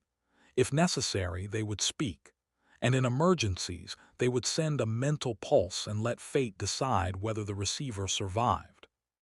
Elvish does have a spoken form and sounds like singing, but many of the pronunciations are impossible for humans to replicate. Even with tongue and throat modifications, perfect imitation is extremely difficult. That's why Elvish is used more for recording than for speaking. Starting with Elvish language was Gorsa's way of easing Saul into the topic through something familiar, rather than shocking him with raw facts about elves. After all, even discussing elves could confuse or even damage the minds of weaker apprentices. It was thanks to Elvish language that the wizarding world came to understand elves better, but greater communication didn't lead to fewer conflicts. From Gorsa's explanation, elves weren't the idealized paragon Saul had imagined. They were straightforward but not naive. They loved nature but also the laws of nature. At times, this made their behavior seem inexplicable or even cruel. For instance, when a group of wizards clashed with the elves mercilessly transformed the entire region, along with its human inhabitants, into a habitat suitable for elven life. Not a single human survived. This cemented the elves' terrifying reputation. Back then the elves didn't control much territory, but not even third-rank wizards dared provoke them. Their status was unshakable. Then, 300 years ago, they suddenly vanished. No one has seen a real elf since. It's as if their existence was erased, and any wizard who tried to investigate their whereabouts either disappeared or was contaminated. Gorsa's silver eyes gleamed faintly. Some say the entire elven race, without exception, was contaminated. Saul, I've stepped into something huge. Chapter 231, The Story of the Elves. The entire race, contaminated at the same time. Saul suddenly felt a chill run down his spine, like goosebumps erupting all over his skin. But that was impossible. His skin had already been modified, tough, and dulled to sensation. It shouldn't be capable of getting goosebumps. All elves lived together. Not even a single one escaped. That's the terrifying part, Gorsa said seriously. Elves do prefer to live in close communities, but their territories are scattered across the continents. Some travel far from home. And don't forget, there are different kinds of elves: sunlight elves, dark night elves, and the ocean-dwelling water elves. Yet no matter the type, whether they were hunting with their kin, trading with wizards, or even fighting the dwarves, they all vanished at the exact same moment. The entire race, regardless of distance or bloodline, all wiped out at once. Saul felt like the goosebumps had transferred to his cerebral cortex. What kind of power, what kind of level of existence could simultaneously target so many beings and leave not a single one behind? What if one day, this same force turned its attention to humanity? The more he thought, the more terrifying it became. He clenched his fists, afraid that the trembling of his hands would become too obvious. What if one day that power targets humans? Saul murmured the question with hesitation. The elves, beings with mental power rivaling true wizards even in childhood, had vanished without warning. That thought made Saul deeply concerned about himself and about the future of the wizarding world. Could it happen to them too? Would they one day be collectively contaminated and then disappear? It would be like using the find and replace function in a document. Select all, replace. No warning, no way to resist, not even a reason to understand why. That kind of overwhelming, inescapable power made Saul start questioning all the effort he had put in so far. Was it worth it? Was it really worth fighting so hard? Was it worth it? Sleeping naturally only once or twice a month, and devoting every waking second to studying, researching, and adventuring. Was it worth it? Modifying both his body and soul in the pursuit of power. Was it worth it? Knowing that one day, in his pursuit of knowledge, he might devolve into an unrecognizable beast. Saul let out a long breath. A deep sense of helplessness and insignificance washed over him. His back unconsciously began to hunch. Gorsa sat across from him, watching silently. He knew Saul was wrestling with a fierce inner struggle, but he didn't interfere. The disappearance of the elves was truly terrifying when one thought too deeply about it. But even more terrifying was the fact that the elven disappearance was only one of the great horrors of the world. If Saul couldn't pull himself out of this darkness on his own, then even if Gorsa stepped in to temporarily comfort him, it would only plant a deeper seed of doubt, one that might erupt again in the future. And when that time came, Gorsa wouldn't save him. Matters of the mind are difficult to alter. At that moment, Saul exhaled again. He leaned forward and buried his face in his hands. He didn't want to see anyone, anything. Because no matter what he looked at, he could only think about how everything would eventually vanish into nothingness. But sometimes, that's exactly how the human mind works. The more you try not to think about something, the more vivid those thoughts become. In the darkness behind his closed eyes, he saw the already deceased Seed, and Brown he saw Mentor Rum hiding in the shadows, Angela hugging her knees and weeping, then turning around and crafting her servants into corpse flowers. Nick, always trying to suppress his emotional swings, but occasionally breaking down in tears and laughter. Byron, who preached equivalent exchange again and again, but returned to save him in a time of crisis. The proud yet frank little genius Kelly. And the alluring, mysterious, terrifyingly powerful Concha. He watched these figures who had struggled so hard in the wizarding world slowly fade into blankness. One by one, their existence was erased. In the end, Saul thought of himself and his past life. That life of constant exhaustion, working from dusk to dusk, seemingly full, yet ultimately unchanged. Saul's shoulders began to tremble. A soft sob escaped through his fingers. Watching him like this, Gorsa narrowed his eyes. His fingers twitched slightly as if debating whether, if Saul truly broke down, he should step in. To save him or to kill him. While Gorsa hesitated, Saul suddenly straightened his back. He lowered his hands. And there was not a single tear on his face. Instead, he was smiling. "Sorry, sir. I got caught in a spiral just now. I'm good now. Please continue your story." There was a lightness in Saul's smile, no trace of the breakdown he'd just been through. He had indeed been shaken by the incomprehensible, unstoppable terror of that unknown force. But then he thought, In the peaceful world of his previous life, was life truly any more secure? Sometimes you'd be laughing one moment, and the next you'd be gone, killed by an accident, a disease, a natural disaster. Probability is just as uncontrollable as the unknown. If he lived every day dreading the small chance of total human extinction, he wouldn't have needed to wait for a transmigration. He'd have already found his way to the rooftop. Not bad, Gorsa said, his silver eyes narrowing like he was both smiling and evaluating. He went on, the reason we say the elves were contaminated is because after their disappearance, all elven-made artifacts began to change. Many who possessed these items reported falling into strange illusions, especially when channeling their mental form.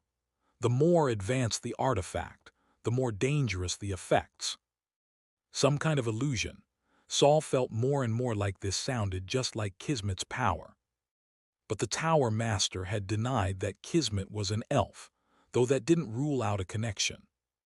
Those who used elven artifacts often reported hearing faint voices. Some even claimed to see elves appearing in their daily life. But no one else, neither through their eyes nor through mental perception, could see any trace of them.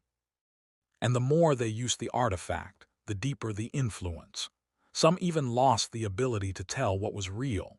Most eventually became fully contaminated because they believed too strongly that the elves still existed. And after a third-rank wizard went mad and slaughtered 2 small nations, the wizarding world initiated a campaign to purge all elven artifacts. But as you already know, Gorsa suddenly raised a hand, and an item flew toward them from a shelf.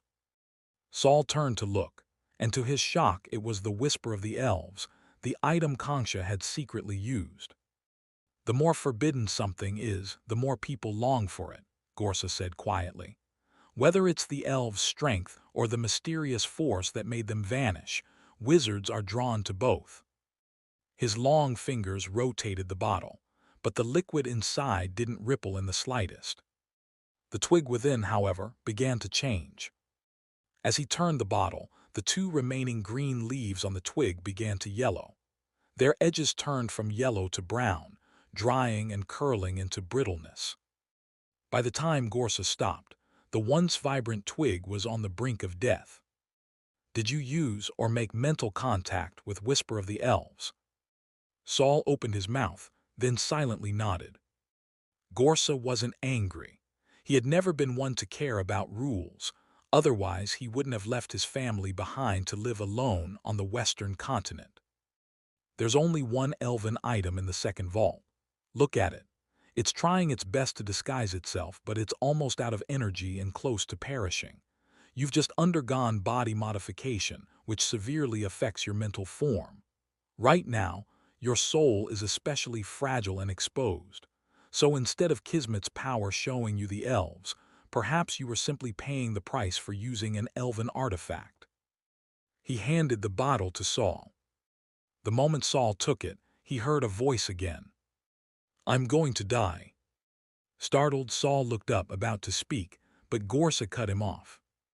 Don't tell anyone what you see or hear. The more you acknowledge your connection to the elves, the more real it becomes. And belief, that recognition, is the most dangerous part. Because in the end, no one can convince you except yourself. Gorsa's tone grew heavy. Saul quickly shut his mouth. He looked down at the whisper of the elves in his hand. In just a few seconds, the leaves had yellowed even more. One of them, under the silent gazes of both Saul and Gorsa, detached from the twig and drifted into the liquid below, where it dissolved instantly, without a trace. Chapter 232. Even together they couldn't beat me. If I stop using any elf-related artifacts from now on, would that keep me from falling into elf-induced illusions again? In theory, yes. But in the wizarding world, there was once a case where someone used an elf artifact only once, then went mad years later. He went around telling everyone he had swallowed an elf whole. No one believed him, and in the end, he dissected himself and died. Ugh.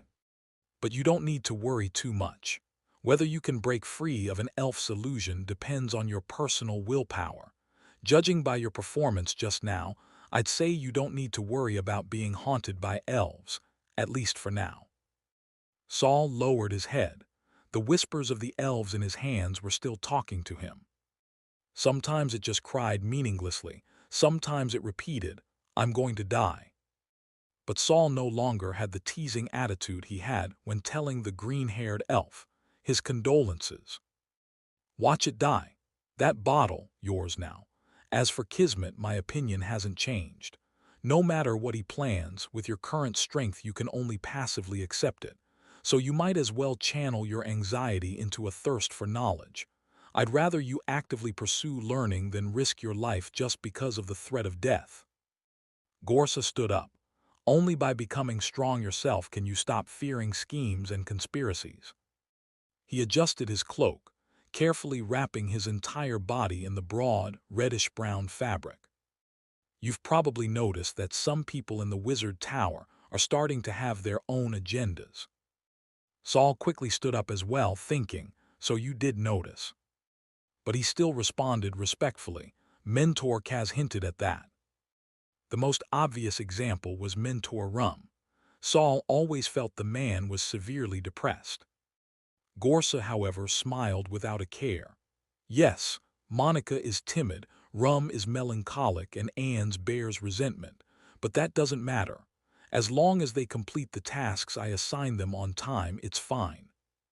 Saul hesitated for a moment, then couldn't help asking, "Tower Master, aren't you afraid they might gang up on you?"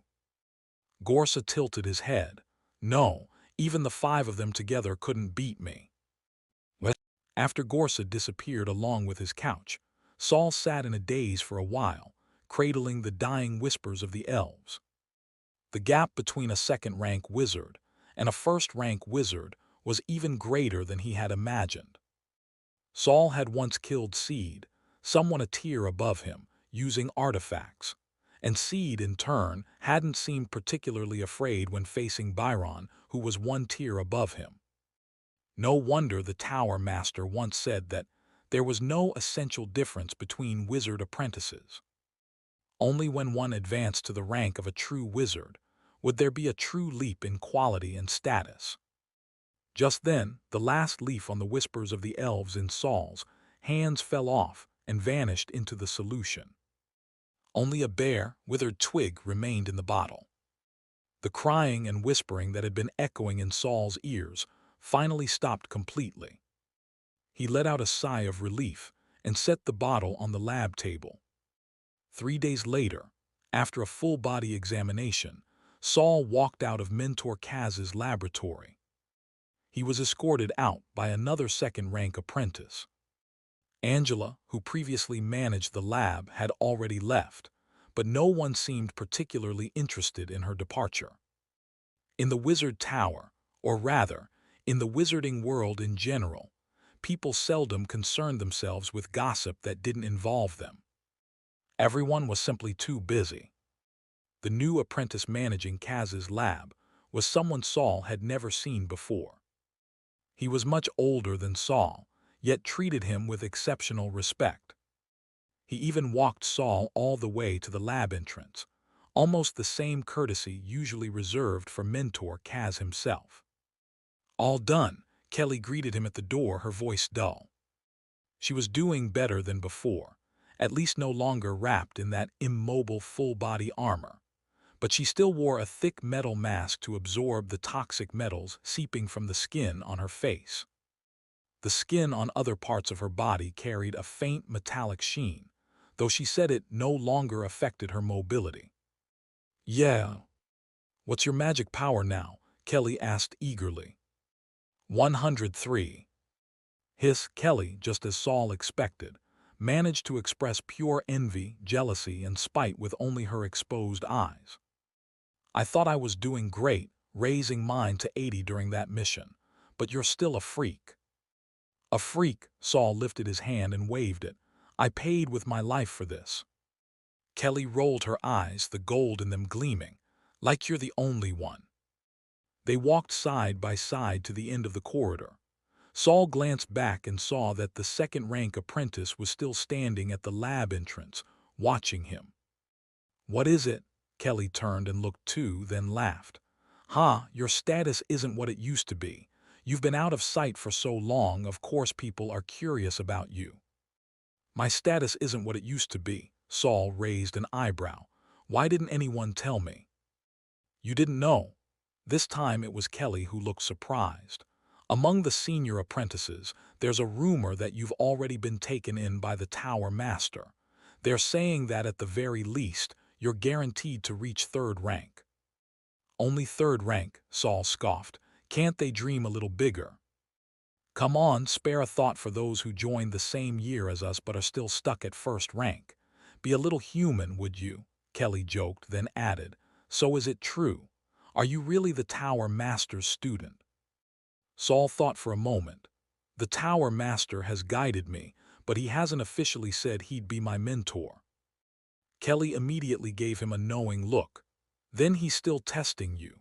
Too bad. My own mentor said the Tower Master specializes in dark and light elements. Otherwise, he'd have gone to recommend me." When they reached the ramp where they would part ways, Saul called after her. "Didn't you say you wanted to apply for a joint experiment with me? Why haven't I heard anything?" "Ah," Kelly sighed and shook her head. "Mentor Guido gave me a new project. I had to team up with, oh right, the one I mentioned before, Billy. Once I finish that, I'll come find you."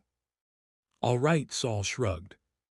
"Even though the Wizard Tower has a ton of resources, sometimes it's not as free as it seems.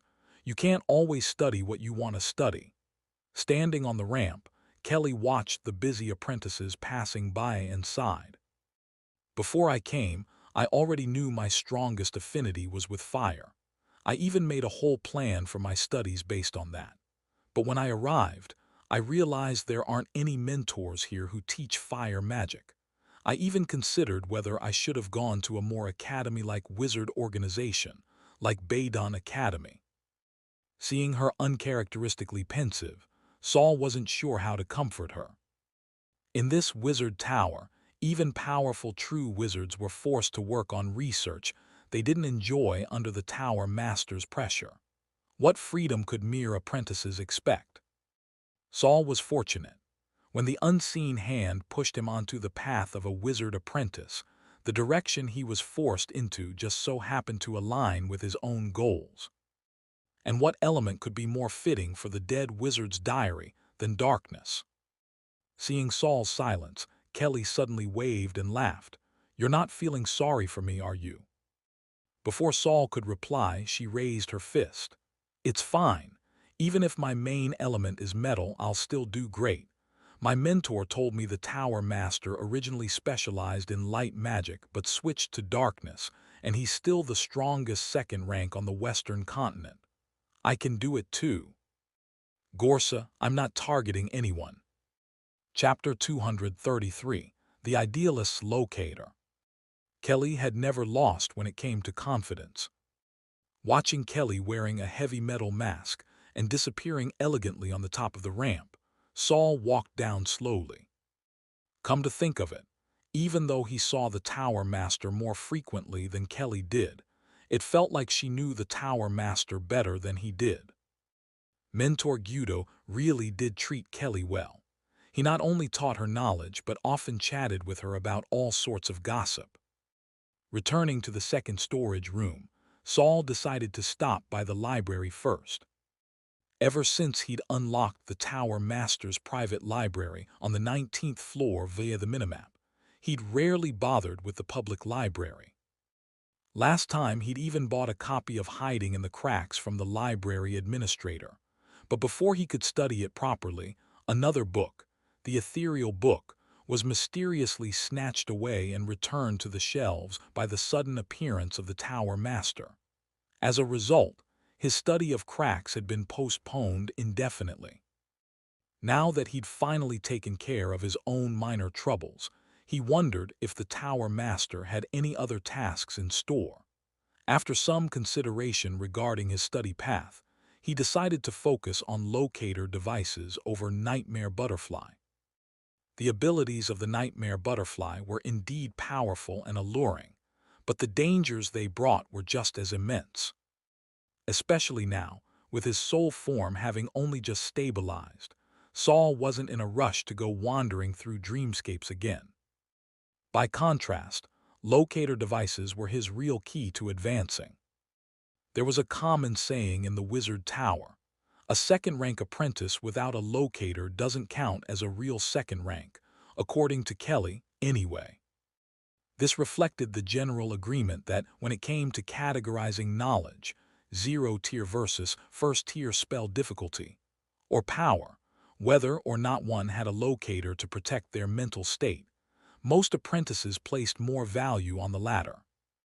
Though Saul hadn't run into any bottlenecks with higher-level spell knowledge, he was still completely lost when it came to choosing a locator. Even with 2 sets of formulas and insights he'd gotten from Kongsha, he hadn't found anything concretely helpful for determining what locator suited him. So now that he finally had some peace and quiet, he decided to go study locator theory properly in the library. As he approached the library, he noticed several young faces standing hesitantly at the entrance, peeking nervously inside. No doubt they were new apprentices. Only newbies acted like stepping through the library threshold was some sort of trial, intimidated by the smug young administrator standing just inside the doorway.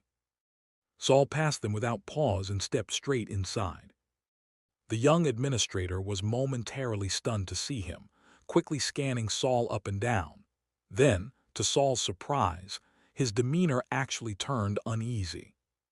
"Good afternoon," Saul said politely, as if the previous incident hadn't happened at all. "Do you have any books on locator theory?" The young man, unusually restrained, answered in a low voice. "Locator-related knowledge is in the 13th row, 4th column, just in front of the Wraith section." The Wizard Tower's library wasn't the kind of place you casually browsed, especially past the 8th row. Nobody knew what sort of knowledge might pop up on those shelves.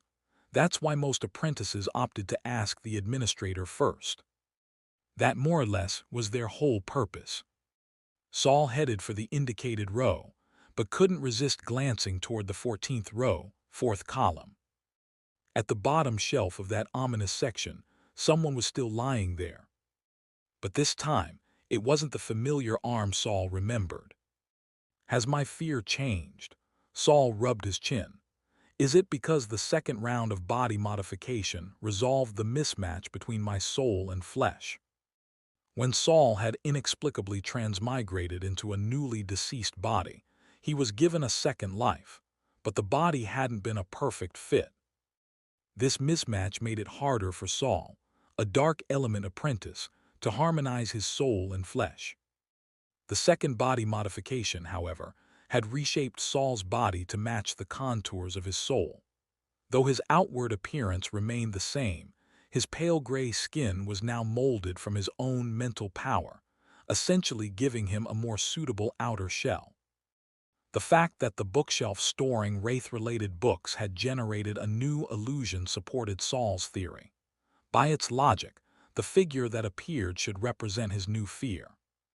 But when he saw the arm peeking out from beneath the shelf, he froze. His fear had changed from his past self to a little girl. Why would I fear from a little girl? I better go take a look. As the saying goes, know your enemy and you'll never lose a battle. With that thought in mind, Saul crept over to the 14th row and tilted his head until it was parallel with the ground.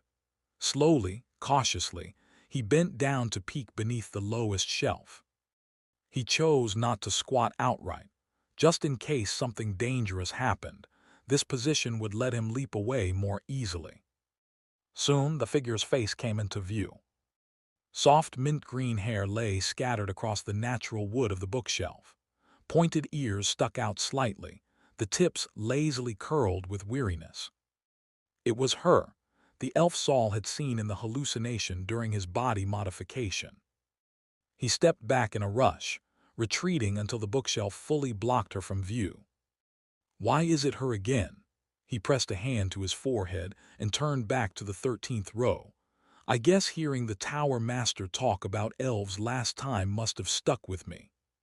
Still, being afraid of an elf was better than being afraid of himself. At least the former he could find a way to avoid. Pushing his new fear aside, Saul composed himself and began browsing the shelves on the 13th row. Though the books here were all about locator devices, most of them were notes, speculations, and theories.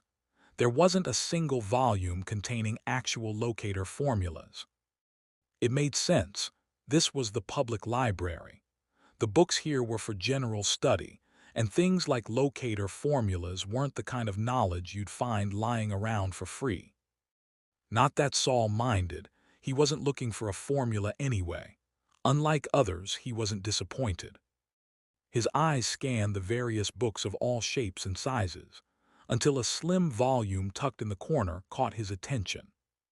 Carefully, he drew it out from the crowded shelf. The cover read, "How to Choose the Right Locator for You, Barbara." He gingerly flipped through the opening pages. On the title page, written in necrotic whispers, the very language Saul was currently studying, were 5 words. Know thyself. Direction. Method. Results. Self-reflection. This is starting to feel like self-analysis. Saul continued reading. The second page, written in rushed and uneven handwriting, read, I've summarized the 5 stages of selecting a locator device based on what I've seen and learned. Since locators are grounded in personal perception, everyone's understanding will differ. The more detailed the explanation, the more likely it is to lead someone astray. If you think your way of thinking aligns with these 5 concepts, feel free to take this book and explore further. If not, rip this page out immediately and forget everything you've read. Barbara. As expected, everyone perceives locators differently.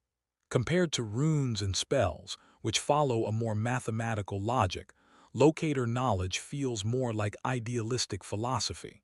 That explains why it's harder for someone like me, trained in science, to grasp. Saul closed the book. He'd borrow just this one today. Though he'd only glanced at the cover, the author's mindset felt oddly compatible with his own. With his choice made, he turned to leave. Lingering too long might cause the surrounding white mist to thicken and risk getting lost in the deeper library. But just as he stepped into the aisle between the 12th and 13th rows, he saw the young administrator, who'd been standing at the library's entrance moments ago, now blocking his path ahead. From the way he stood, it was clear he had been waiting for Saul. Chapter 234, The Administrator's Surrender. Saul stood still, his guard up. What do you want? The young administrator's facial muscles twitched continuously, and his eyes gradually turned red as he stared at Saul. Seeing this, Saul grew more cautious. He tucked the book in his arms away, but his lips curved into a faint smile.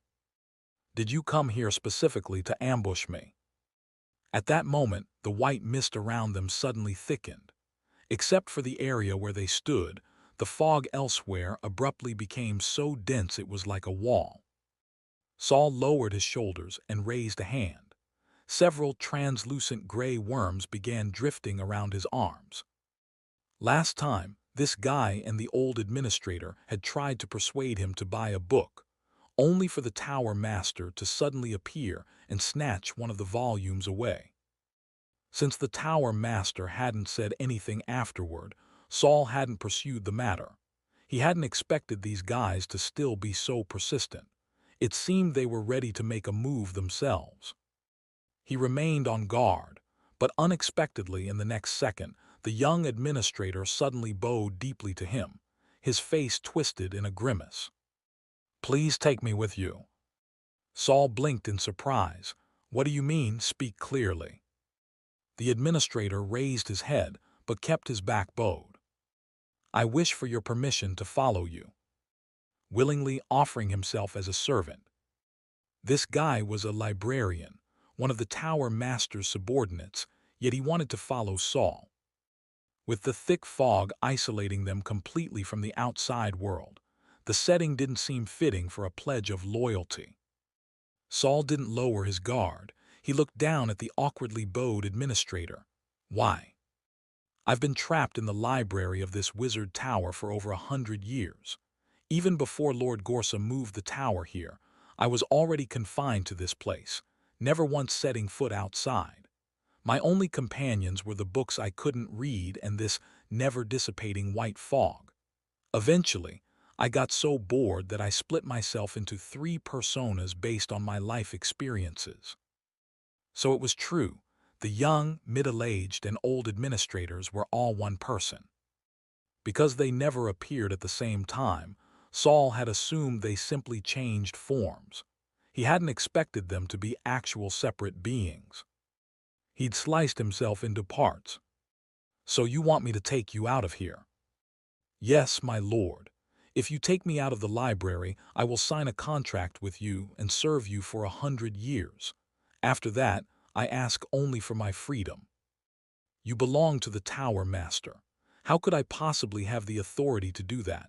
Or are you saying I should go and ask the Tower Master for you?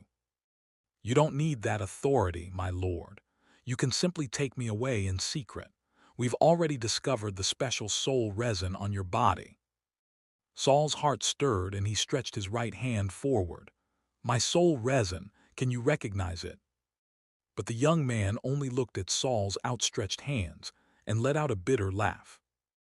You look completely different now, but I know that you once possessed soul resin and a very special kind. Are they after the plastic bones? Saul thought to himself. Even though I haven't tested them with the soul fragments yet, the soul-devouring resin is definitely of higher quality than those bones. He probably can't see it because flesh-crafting magic has disguised its nature under this simulated skin. I did have soul resin once, but it was very low level and only lasted a few days. Maybe you've made a mistake. No, my lord. The old man and I personally tested it. His voice trailed off toward the end. Saul frowned, tested. He suddenly recalled a strange incident before the administrator sold him the book. The old man had deliberately taken the book from his hands and returned it. So that was a ploy to make contact and test him. But at that time, my hand was already skeletal, and the soul resin was in my pocket, Saul muttered, puzzled. Maybe they weren't referring to his plastic bones after all. The young administrator lowered his head, his voice low and heavy. Yes, when we touched you, a part of our soul was taken from us. Taken? Saul was completely unaware of such a thing. He'd never noticed any soul fragments of theirs inside him. But he hadn't had any soul resin on him at the time. How could he have absorbed someone else's soul? Suddenly, he glanced at the diary, while the administrator still had his head bowed. Could it have been the diary working behind the scenes? The diary could absorb excess evil thoughts in Saul's body. Could it also directly absorb a wraith like this administrator? Get up, I can barely hear you when you're like that. The young man straightened up, only to see Saul standing directly in front of him. A thrill surged in his heart. Was this Saul accepting him? But to his shock, Saul suddenly reached out and grabbed the administrator's arm. Yet the administrator's soul didn't fragment at all. He was the one who panicked more than Saul. Huh, your soul resin, it's gone. Yes, when Saul tried to grab the administrator, his hand passed right through, just like a normal person would pass through a wraith. But Saul merely looked thoughtful. He pulled his hand back and narrowed his eyes slightly. His mental energy began to circulate through his hands. In an instant, Saul's hands became nearly transparent, his bones clearly visible, the rest of the tissue seemingly vanished. He reached for the administrator's arm again. And this time, wherever Saul touched, the administrator's body disappeared. Saul drew his arm back and studied it. I see. It seems I do have the ability to take you. But then his hand returned to its normal pale gray form. He crossed his arms and glanced around at the thick mist. Still, I don't see why I should risk angering the Tower Master for your sake. Dispel the fog. I've been here long enough, it's time I left. The administrator's joy quickly turned to panic. He didn't remove the fog right away. Saul's expression darkened. What, are you really thinking of using this mist to trap me, threaten me? No, the young man quickly protested. This fog temporarily blocks outside perception. I only wanted to speak with you in secret. So you are hiding it from your master, and I'm supposed to trust that. The young man gritted his teeth. No one will find out. Saul said nothing, studying him. A wraith who had lingered in a wizard tower for who knew how long was bound to be dangerous. But a library administrator, now that was tempting. This guy must know a lot, maybe even the Tower Master's past and what he's doing now. It was a risk, but one worth considering if Saul could minimize the danger. At the very least, this administrator had to show more sincerity if he wanted to change masters. The young man glanced around cautiously. Only mist rolled around them. No sound, no shapes. Then he spoke again. Since I split into 3 parts, each persona can rest for long stretches. Once I leave with you, the other 2 can cover for me. For at least 3 or 4 years, no one will notice. If the Tower Master looks for me, they'll pretend I've been devoured by the white mist of the library. That's simple, and the other 2 won't resent being left behind. The young man gave a bitter smile. You've seen the middle-aged one's personality. He's scared of everything, doesn't dare take risks. As for the old man, last time he tried to hide in the ethereal book to sneak out with you. But the Tower Master caught him and shattered him. He still hasn't reformed. Saul folded his arms and thought, so there really was something off about that book last time. I hadn't expected a wraith to be hiding inside, but judging by the Tower Master's reaction, he doesn't want them to leave with me. If I accept this guy, will I be found out and punished? He raised a hand to rub his forehead, using it as an excuse to glance at the diary again. Even if I can take you, and you can hide the truth, there's still a very important question left. The young man waited tensely. Saul lowered his hand, a charmingly sly smile on his face. Why should I take that risk for you? Saul, name your price. Chapter 235, Whoosh. Wizards place great importance on benefits. So does Saul. Whether or not to take risks depends on whether it's worth it. Now is the moment for the young man to show his worth. After all, Saul still didn't fully understand what the Wizard Tower's administrator could do, or what abilities they possessed. I currently don't have any special abilities. The only thing I can do is briefly control a small amount of the white mist inside the library. The young man gathered his courage, straightened his chest, and seemed to regain some of his pride. But I've memorized every book in this library.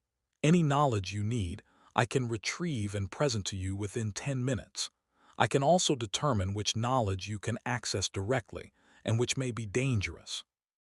Even information from the outside world that you've seen, I can use my experience to assess its authenticity, identify items, and detect traps. And the young man pressed his lips together as if making a resolution. Since the previous owner of the Wizard Tower, I've been here. I know many of the tower's secrets, including the current owner. Saul's expression remained neutral. Wasn't this just a walking, searchable encyclopedia combined with Wizard Tower, a history? Then it seemed like he could almost hear the sound of his saliva dripping out. Control yourself, don't lose composure. He casually nodded. It is indeed more convenient to not have to come to the library to find books. At this moment, the surrounding white mist began to waver, as if it could no longer maintain such a thick barrier. The young man saw this and immediately looked at Saul in panic. My lord, I fear I can't hold on much longer. Saul glanced around, sighed, and said, Fine, but after I take you out, you must obey my commands completely. In a few years, you may find yourself even less free than when you were in the library. But I also promise you this. After 100 years, I'll grant you freedom, if you accept. Thank you, my lord. The young man's eyes shimmered with tears, almost on the verge of breaking down. While inside the wizard tower, I will stay completely hidden within your body and not let anyone discover my existence. Since discovering that Saul's body could absorb wraiths, he and the old man had been trying to use Saul to leave. However, the old man who acted first chose to hide it from Saul, hoping to take advantage of him leaving the library before talking about other matters. This would give him a chance to negotiate with Saul. But in the end, this plan was discovered by the Tower Master, and all their efforts were in vain. The young man still had a slim chance of surviving, but after struggling through dozens of sleepless nights, he decided to confess to Saul and leave the library with his help. If Saul agreed, the chances of him leaving the library without being discovered would rise significantly. But if Saul refused, the Tower Master might be informed, and he'd end up like the old man. Fortunately, the young man's gamble paid off. As though reflecting the young man's mood, the white mist around them grew more unstable, on the verge of dissipating. Saul stepped forward and extended his hands toward the young man. "Don't move." The young man quickly stood straight, not daring to move. Then Saul's hands turned transparent again, and only the skeletal arms were visible as they wrapped around the young administrator's arms. Saul began to visualize the erosion diagram. An ethereal limb stretched out from his fingertips. The spirit that emerged in the outside world suddenly transformed into long, thick octopus-like tentacles. In an instant, they spread out, wrapping the young man tightly within them. The young man, who had been eagerly awaiting, now showed a look of terror. He barely managed to suppress the urge to flee, remembering Saul's command, "Don't move." The next moment, the tentacles that had tightly wrapped around the young man contracted suddenly. Countless suction cups opened wide, their blood-red mouths snapping open as they pulled him in, sucking him clean as if he were jelly. With a whoosh, the young man was completely absorbed. In the final second, Saul almost heard the young man's wail.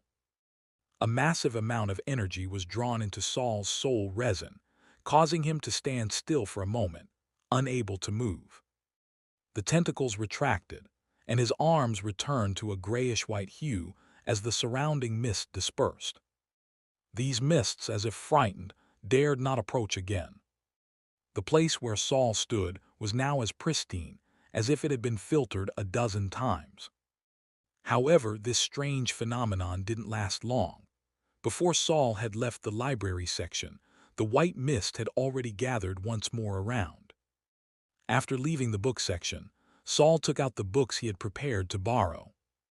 "The administrator seems to have been absorbed by me. What should I do with this book?" Just as he thought this, he saw the middle-aged administrator huddling in the corner, clutching his arms tightly. Saul smiled faintly and walked toward him. "Hello, I'd like to borrow this book." The middle-aged administrator finally looked up at Saul. His eyes were filled with fear, and he seemed to have already guessed what had happened. Trembling, he quoted a price. After a brief hesitation, he lowered the rental fee a little. Saul gladly accepted, pretending that he hadn't just taken away the other administrator, which would surely increase the middle-aged administrator's workload. "I saved 3 magic crystals," he thought contentedly, placing the book into the side pocket of his robe. But just as he was about to leave, he bumped into someone at the door of the library. It was none other than the long-unseen leader of the Mutual Aid Society, Lokai. Since discovering that Lokai was using parasites to control newly inducted first-rank apprentices in the Mutual Aid Society, Saul and Kelly had been avoiding them. They only occasionally participated in 1 or 2 exchange meetings when they needed materials urgently. Lokai, too, seemed to be wary of the two, never inviting them to the low-level apprentice gatherings again. Saul still wasn't sure what Lockeye was doing with the first-rank apprentices, but it was certainly not for anything good. Lockeye was still a second-rank apprentice, but he didn't radiate the same anxiety as Kongsha did. Saul wasn't sure if he was confident or had already resigned himself to his fate.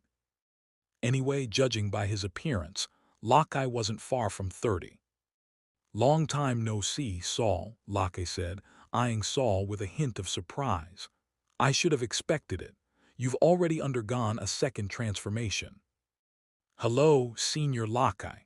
It's just a little improvement, nothing major," Saul replied politely, no matter what he was thinking inside. It seemed Lockeye had specifically waited for him at the library door. Someone must have reported his whereabouts. Saul remembered the new apprentices he'd seen when he entered the library. Another batch of newcomers had likely joined the Mutual Aid Society. "Don't be so nervous. I'm here just to invite you to a special exchange meeting 3 days from now," Lockeye said with a grin, winking at Saul. "With your current status, I assume you don't need to worry about anything anymore." Ever since the Tower Master saved them and took Saul away from the Land Drifters, their acquaintance had stopped being a secret. Later, Saul was free to enter and exit the private library on the 19th floor, and people quickly took notice of him. It seemed that they all assumed Saul was now the Tower Master's student, what they called direct disciple. In fact, Saul himself wasn't ready to acknowledge that relationship yet. But even if he didn't admit it, he knew he could no longer keep a low profile. So he might as well step forward. "A special exchange meeting. What makes it special?" Saul asked, showing a bit of interest.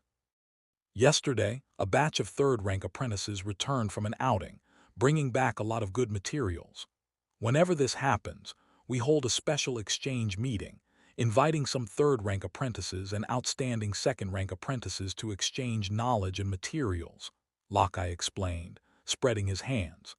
"Since we were promoted to second rank, no one really teaches us systematically. We can only self-study and ask our mentors for help with specific issues. But with so many apprentices and only one mentor, it's impossible to get all our questions answered. So, an exchange platform among peers is the best way to learn." Saul had to admit that Lockeye had a point. If it weren't for the hidden motives behind the Mutual Aid Society's formation, he might actually appreciate the good things Lockeye had done for the apprentices in the Wizard Tower. "I understand. When and where will it take place?" 3 days from now, 9 a.m., in the third-rank apprentices' activity room on the 13th floor of the East Tower. You'll see it as soon as you arrive. "Do you have an invitation?" "Other second-rank apprentices need one, but you don't," Lockeye said with a bright smile, eyeing Saul's grayish-white skin. "Your transformation form is as obvious as Kongsha's. No one in the Wizard Tower will fail to recognize you." Chapter 236, The Dead Wizard's Diary Rank. Saul agreed to attend the gathering, and Lockeye readily stepped aside to make way. Although the corridor of the East Tower was actually quite spacious, yielding the path was still a clear sign of his stance. The Mutual Aid Society was deliberately trying to win Saul over. No doubt it's because of those rumors again, but that guy Lockeye, he might not really be acting out of fear of the Tower Master. Saul didn't feel smug about it.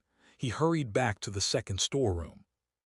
That young administrator was still sitting inside his belly after all. If he got back too late, who knew what might happen? After safely passing through the bronze gates, Saul moved quickly through the empty corridor. When he passed through the room outside the storeroom, the one stacked with crates, he suddenly stopped. He didn't know why, but it felt like someone was watching him. Saul glanced around, seeing nothing out of the ordinary. But when he activated a semi-immersive meditation technique, that feeling of being watched vanished completely. He furrowed his brows slightly, then headed straight into the storeroom. Shortly after Saul went inside, A black shadow dripped from the ceiling. His mental strength is getting sharper. Looks like I can't keep tailing him this way anymore. Yura touched her lips, then melted into a pool of black slime and slipped through the stone floor beneath her. Inside the storeroom, just as Saul was closing the door, his eyes drifted, seemingly unintentionally, up to the ceiling. Then he passed through the crowd of corpses and rows of towering shelves. Bathed in white candlelight, he calmly walked up to the lab table. The messaging pen was quiet again today. His mentor hadn't assigned him any tasks. He wondered if things were this laid back when Kyujin used to work here. Saul pulled out a chair and sat down. He took out a new first-tier spell he'd been studying and began analyzing the composite runes it used. But after a short while, he found himself staring off into space. Where others couldn't see, Saul's diary had already floated out. Then the tip of his right index finger began to turn white, then transparent, gradually elongating and moving closer to the diary. This was an idea Saul got from little Algae, partially transforming his soul body into a tentacle shape, which greatly improved both flexibility and feeding efficiency. But even in this form, he still couldn't touch the diary. Unable to touch the locator, unable to grasp how it worked, this had kept Saul from turning the diary into his own locator. That said, after reading the new book How to Choose the Locator That's Right for You these past few days, he'd gotten some inspiration. If he wanted to turn the diary into his personal locator, he first needed a deeper, more stable connection with it. And second, he needed to reassess his own positioning. He had ideas for both, but there were still a few things he hadn't gotten his hands on yet. Otherwise, he'd have already started experimenting. Back to the present, after Saul extended a wisp of soul body from his fingertip, it approached the diary and began feeding it energy. There's a nice bit of soul awareness here. Old pal diary, mind holding onto it for me for a while. Just as he had that thought, the diary seemed to react to something and flipped open with a rustle to the last blackened pages.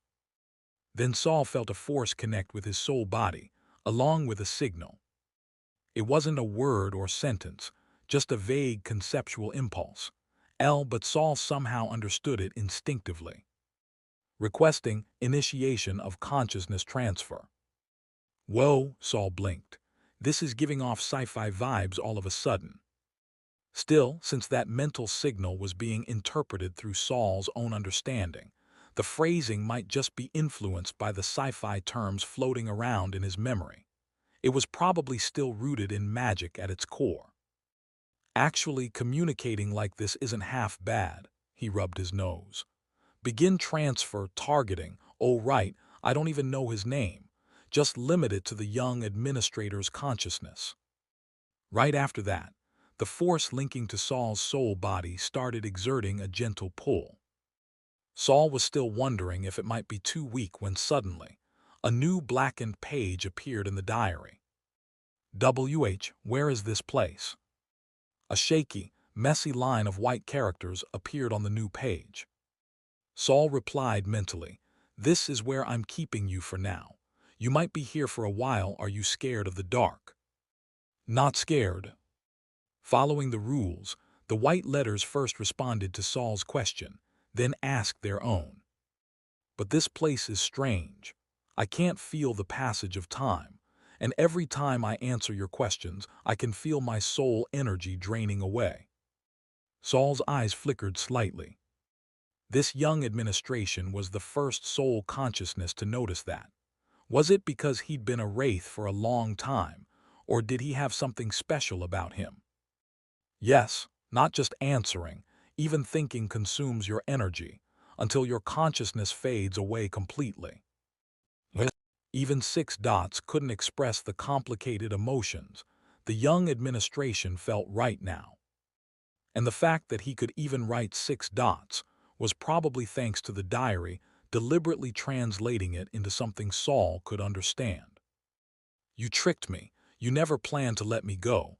I really did bet on the wrong thing.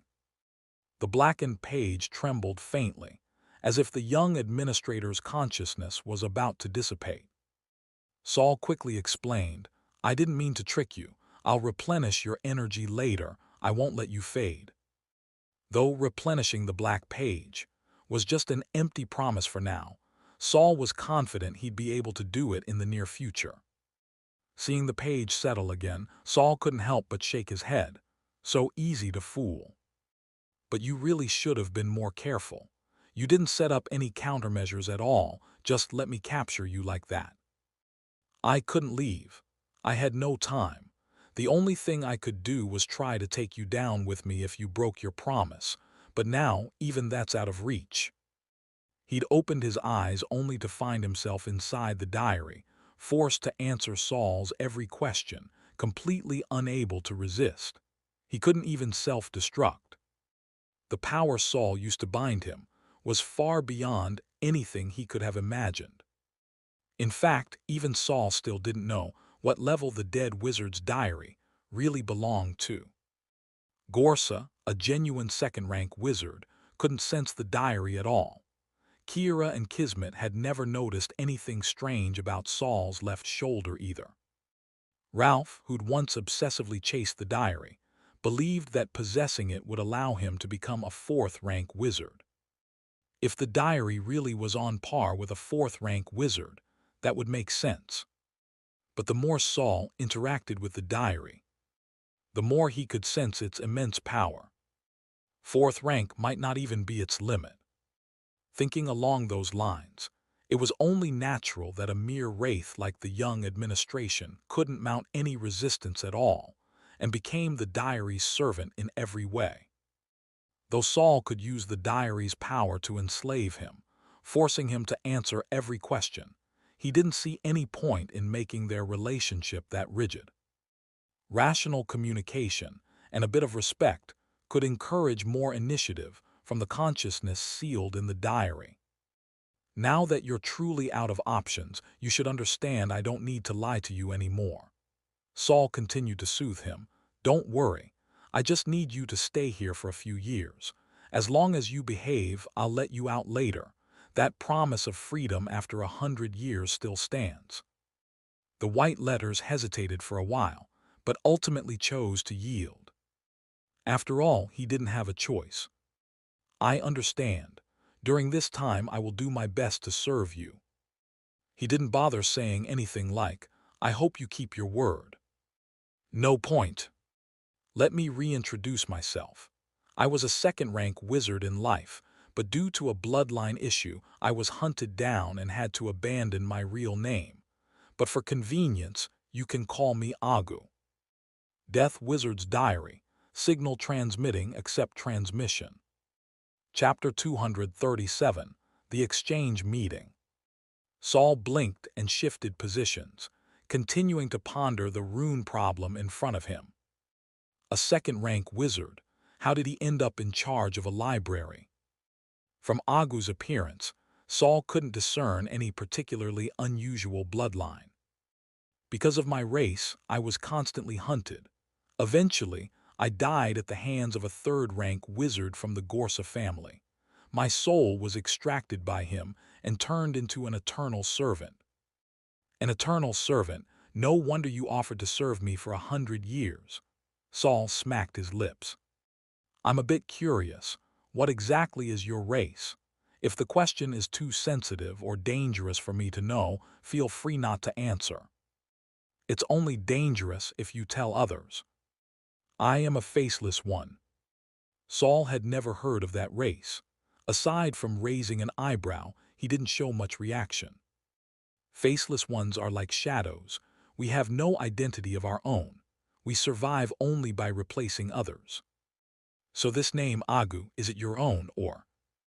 Though obligated to answer Saul's questions, Agu still paused for a while before writing new text. "It was given to me by the daughter of the last man I replaced." It seemed Agu was someone with stories of his own. Saul didn't press further, didn't ask about the man or his daughter. "What kind of race are the faceless ones?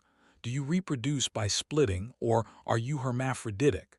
As a wizard, Saul found this a topic of academic interest. Agu had likely grown used to wizards' inquisitive nature, and answered without resistance. We were born in the lightless abyss. We can also self-replicate. No wonder Agu could easily split himself into 3 parts. As for the lightless abyss, Saul had heard of it before. It had been briefly mentioned in the basic knowledge of all things, a spatial rift. But that was all the books had said, not even a single detail about what existed within the abyss. Saul knew not to dig too deeply. He instructed Agu to rest quietly in the black page for now, to conserve energy. Agu fell silent, and the diary turned to Morden's page. Saul didn't initiate contact with Morden again. The old king of the mortal world was nearing the end of his conscious existence. To preserve Morden's mind, Saul temporarily decided not to consult him further, at least until he found a way to replenish the Black Page's energy. Thus, Herman also managed to retain his consciousness by sheer luck. Time passed quickly in study and experimentation. In the blink of an eye, 3 days had gone by. Dressed in a gray robe, Saul arrived on time at the 13th floor of the East Tower. Rounding the corridor, he saw the room Lakai had mentioned.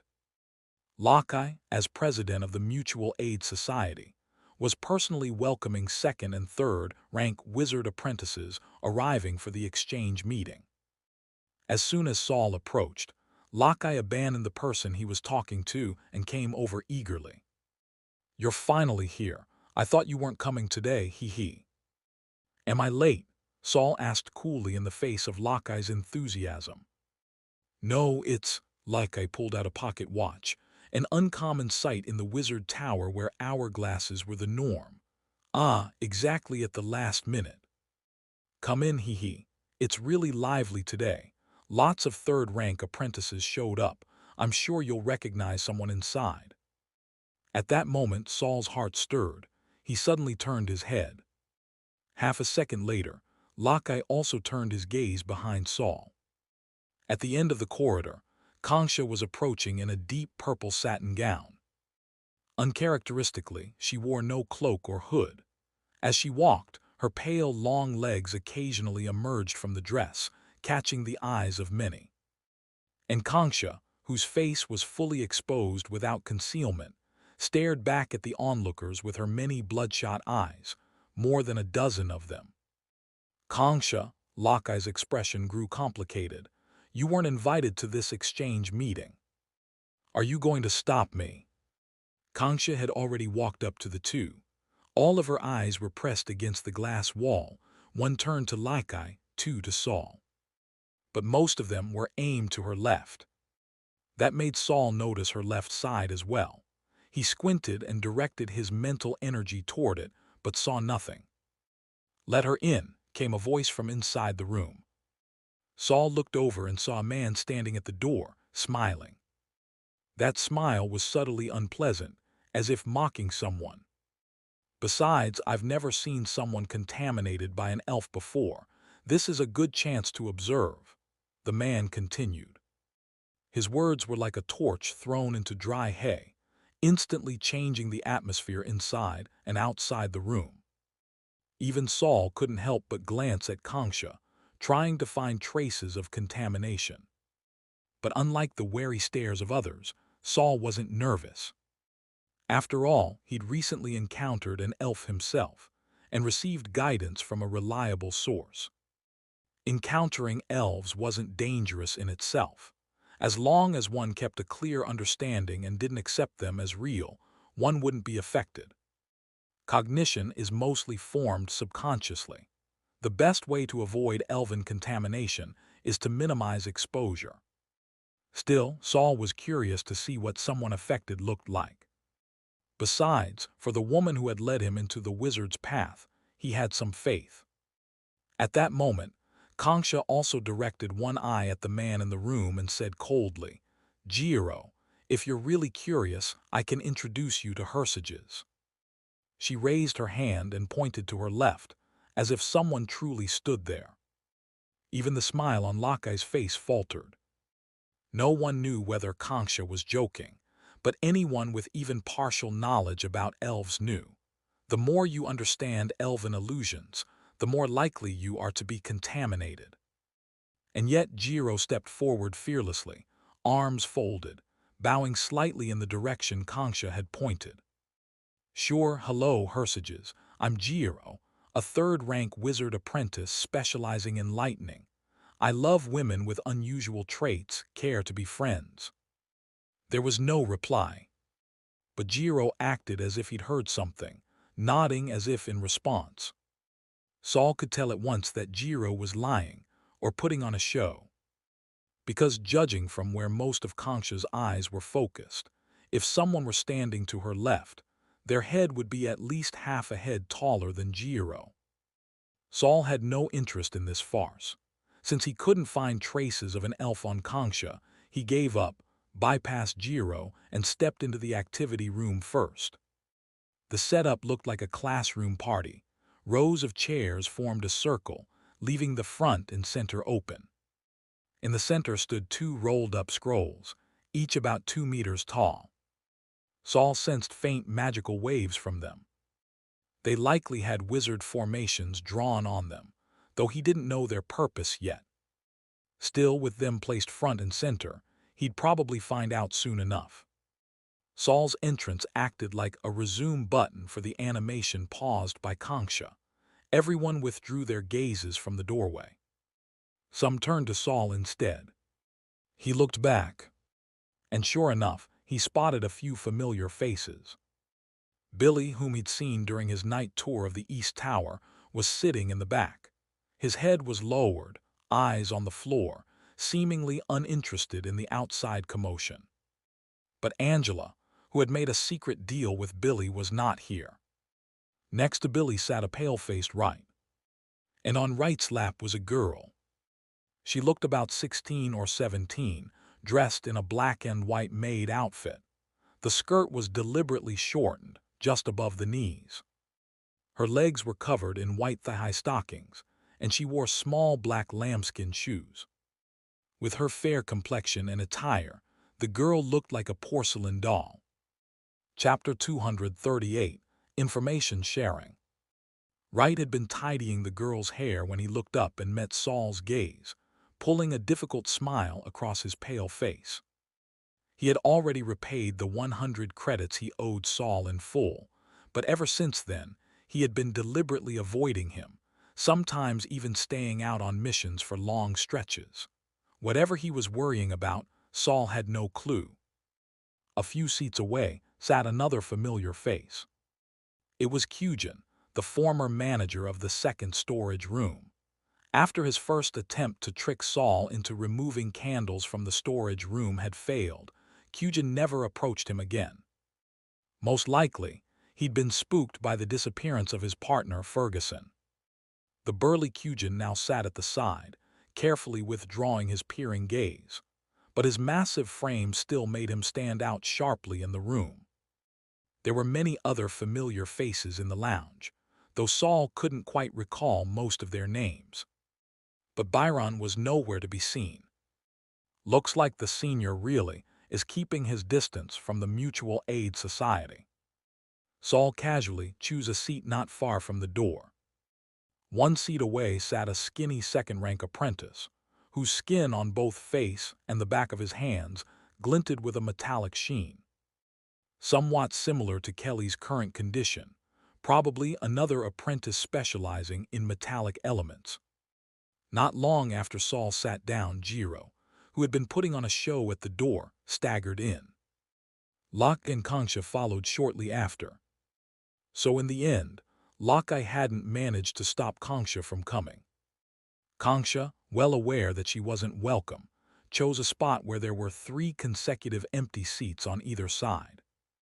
However, Jiro, who had entered first, looked around before walking straight to Saul and plopping down between him and the metallic-skinned apprentice, crossing his legs with flair.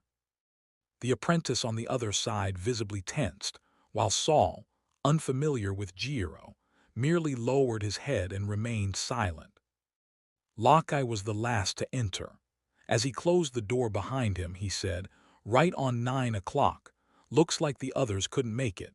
Still, we've got over a dozen people here, and several senior students just returned from outside missions. We're bound to get some good insights." But just then, as the door was halfway shut, a hand stopped it. Locke instantly plastered on a professional smile. "Which senior is it? Perfect timing. Just a moment later and the door would have been closed." He stepped back half a pace to let the newcomer in. As the person stepped into the lounge, Saul distinctly heard someone gasp. Even Jiro beside him stopped jiggling his leg and shot a glance toward the door. Turning his head, Saul saw Haywood, blue-purple heterochromatic eyes gleaming under a wide cloak, striding in slowly. "Seems I got lucky," Haywood said, locking eyes with Saul and nodding slightly. But he didn't come Saul's way. Instead, he walked over and sat near Kanksha. They were familiar with each other, so it wasn't surprising. What caught Saul's attention, however, was that, although Haywood sat to Kanksha's left, he deliberately left an empty seat between them. Someone else might chalk that up to social distancing. But Saul remembered, whenever Kanksha stood, her eyeballs always stared off to her left, as if someone were actually standing there. Now that she was seated, most of her eyeballs still gazed to the left, like that person was sitting right in that empty seat. Despite a few minor hiccups, the high-level Mutual Aid Society exchange finally began on time. Locke shut the door, and a parchment scroll at the center of the room unrolled on its own. Drawn upon it was a golden magical formation.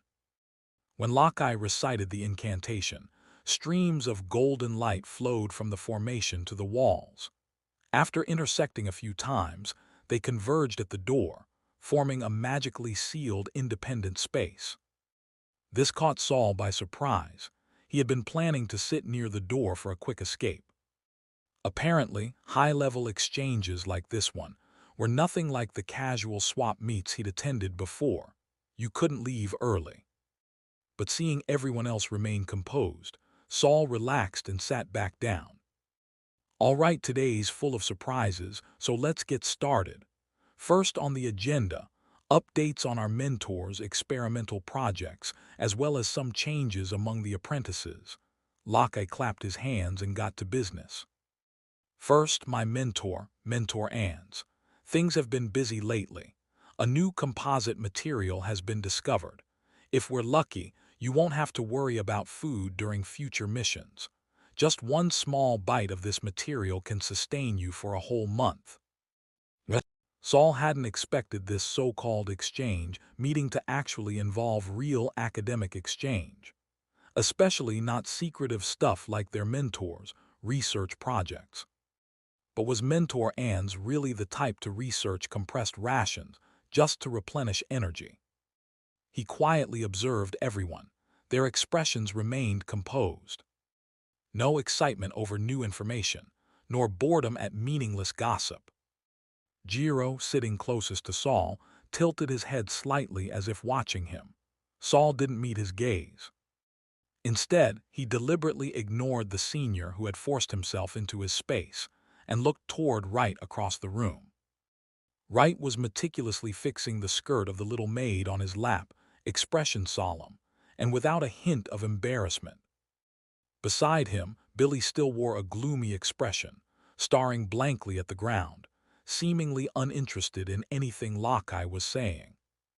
On the other side, Kanksha's eyeballs rose and fell continuously. The moment Saul glanced over, one of them instantly locked back onto him. Kanksha seems tense, nerves tightly strung. Saul nodded slightly at her and shifted his gaze. Haywood, sitting one seat away from Kanksha, wore a relaxed smile. He didn't look at Saul. Instead, he watched Locke with great interest, as if genuinely engaged with the information being shared. Taking in everyone's reactions, Saul began to analyze what might be hidden beneath Locke's words. Mentor Ans appears to be developing some kind of composite material, but surely his goal wasn't to make food, So this so-called breakthrough might actually mean the experiment failed. Lockeye moved on to other updates, most of which concerned apprentices, especially in his mutual aid society, where new apprentice intel was always being circulated. Those gifted kids were quietly being brought into the sights of high-level apprentices. Whether that was a good or bad thing was hard to say. Then Lockeye suddenly mentioned a name Saul knew all too well. The last promising new apprentice is named George, Lockeye said, glancing at Saul as he spoke. A rare one-soul two-consciousness type. He might be new and clueless, but I bet many of you are already interested in him, aren't you? The moment Lockeye finished, the previously quiet lounge erupted into hushed whispers. But the voices were faint and indistinct, seemingly masked by the formation, which suppressed all unofficial discussion. Even whispers became inaudible. Lockeye raised a hand to silence the room. If any of you are eyeing George, I suggest you drop it now, he shrugged. Someone's already stepped in to guarantee his safety for at least a year. HMPH. The scoff was loud and clear. Someone clearly unhappy with that statement, deliberately raising their voice to express discontent. Before Lockeye could respond, Haywood suddenly spoke up. You have a problem with that. His eyes locked onto a third-rank apprentice, pinpointing the speaker with unerring accuracy. The targeted apprentice froze, then quickly lowered his head in submission. No complaints. Haywood smiled. Good, George has a rare talent. I'd like to observe him for a year, before deciding whether he becomes material or the one who commands it. He swept his gaze across the room. Anyone else have objections? Of course not. Jiro, seated beside Saul, suddenly chimed in loudly. Who dare offend our esteemed storage master? It sounded flattery, but Saul couldn't shake the feeling Jiro was mocking him. He glanced at Jiro again. This guy had the gall to confront Haywood directly. He must be one of the stronger third-rank apprentices. Chapter 239, Item Exchange. Faced with Jiro's blunt retort, Haywood wasn't angry at all. No, that's good then, he chuckled. That chuckle sounded a little strange, like two people laughing at the same time. Jiro, who had been shaking his leg, also stilled. He stared at Haywood across from him, eyes flickering non-stop, as if sparks of electricity danced within them. Is Jiro a lightning attribute apprentice? Saul suppressed his habitual sensitivity to lightning, resisting the urge to shift his sitting posture. The tension between Haywood and Jiro caused a brief silence in the activity room. In the end, it was Haywood who broke the deadlock. He nodded slightly toward Lockeye. Apologies for the interruption. Please go on. Only then did Lockeye wave his hand dismissively. All right, I'll continue introducing the other mentors. While Lockeye spoke, Saul heard Jiro mutter in a low voice beside him. HMPH thinks he's got it down. Since Lockeye was introducing the current projects of various mentors, the room once again filled with the subtle hum of discussion. Jiro's voice wasn't obvious amidst it all. Likely only Saul and the other second-rank apprentice sitting beside Jiro could clearly hear what he said. But Saul could guess what he meant. He was accusing Haywood of deliberately or unconsciously imitating Tower Master Gorse's style, as if this behavior was some kind of bootlicking. However, Saul, who knew a bit about Haywood's background, understood it was more likely due to an extreme admiration for Gorse that had turned into mimicry. Only, Haywood's nature was fundamentally different from Gorse's, so the imitation came off rather poorly. Out of the corner of his eye, Saul noticed the second-rank apprentice sitting to Jiro's left shifting uneasily, probably still rattled by the earlier tension. Saul straightened up and continued listening to Lockeye's presentation.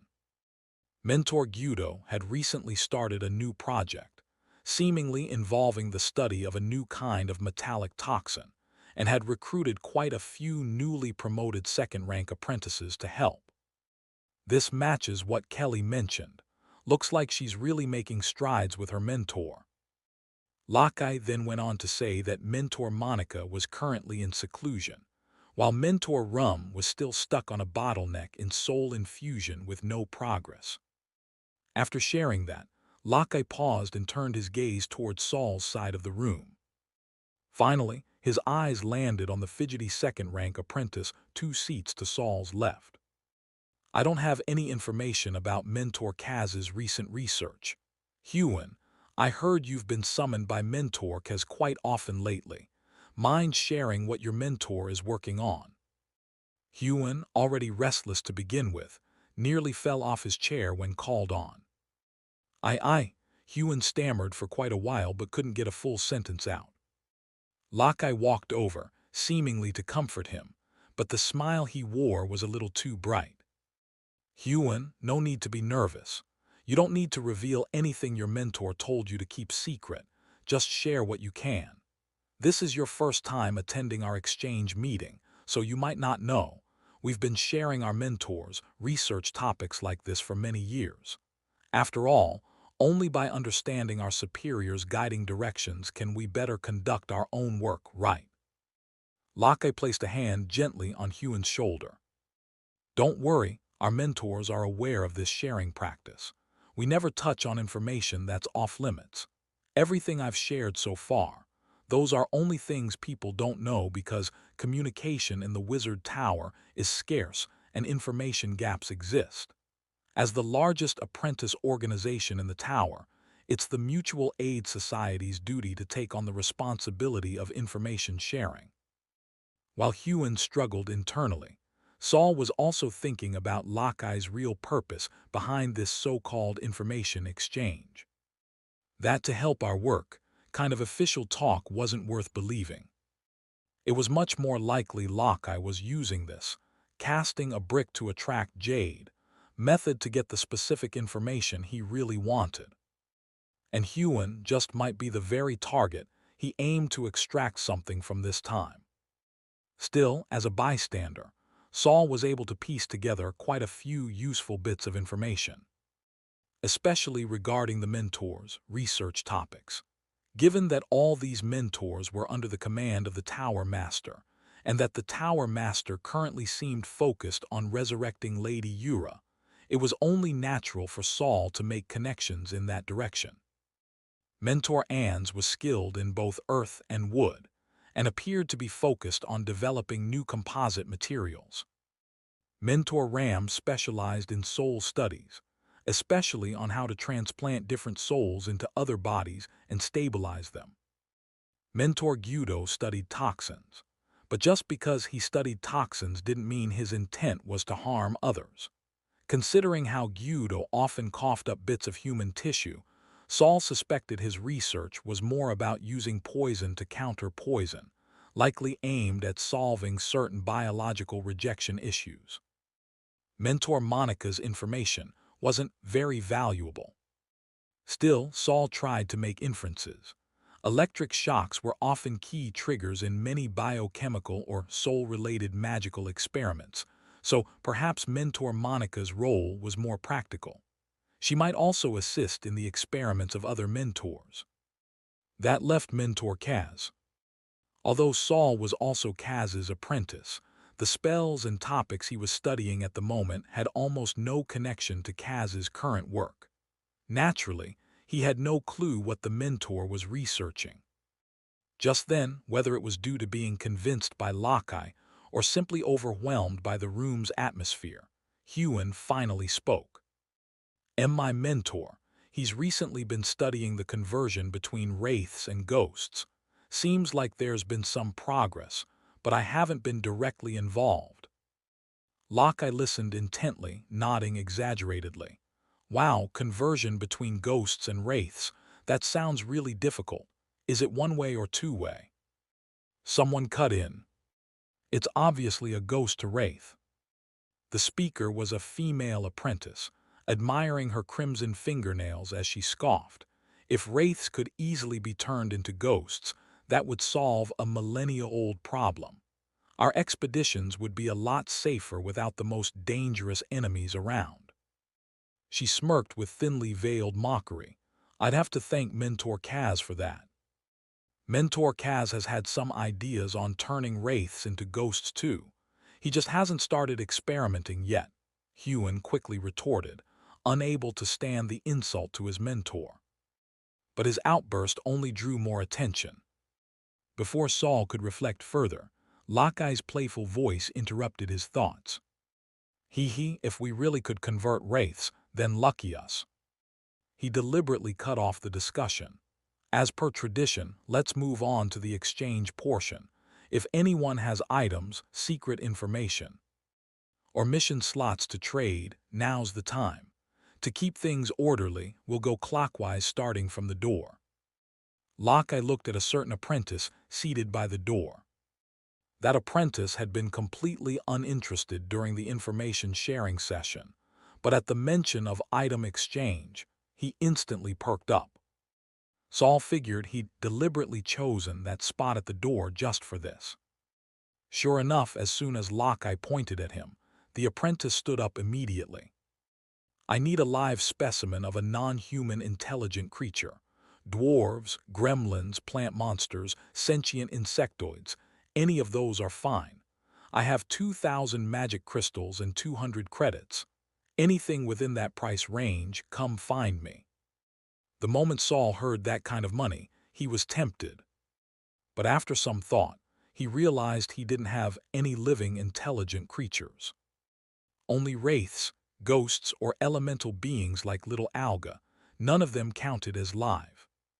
The room quieted down. Apparently few people had any special race live specimens. Across the room, Kyujin stretched his leg out and launched into mockery mode. That little cash and you dare ask for dwarves and gremlins. Maybe the latter ones, but double the price for the former at least.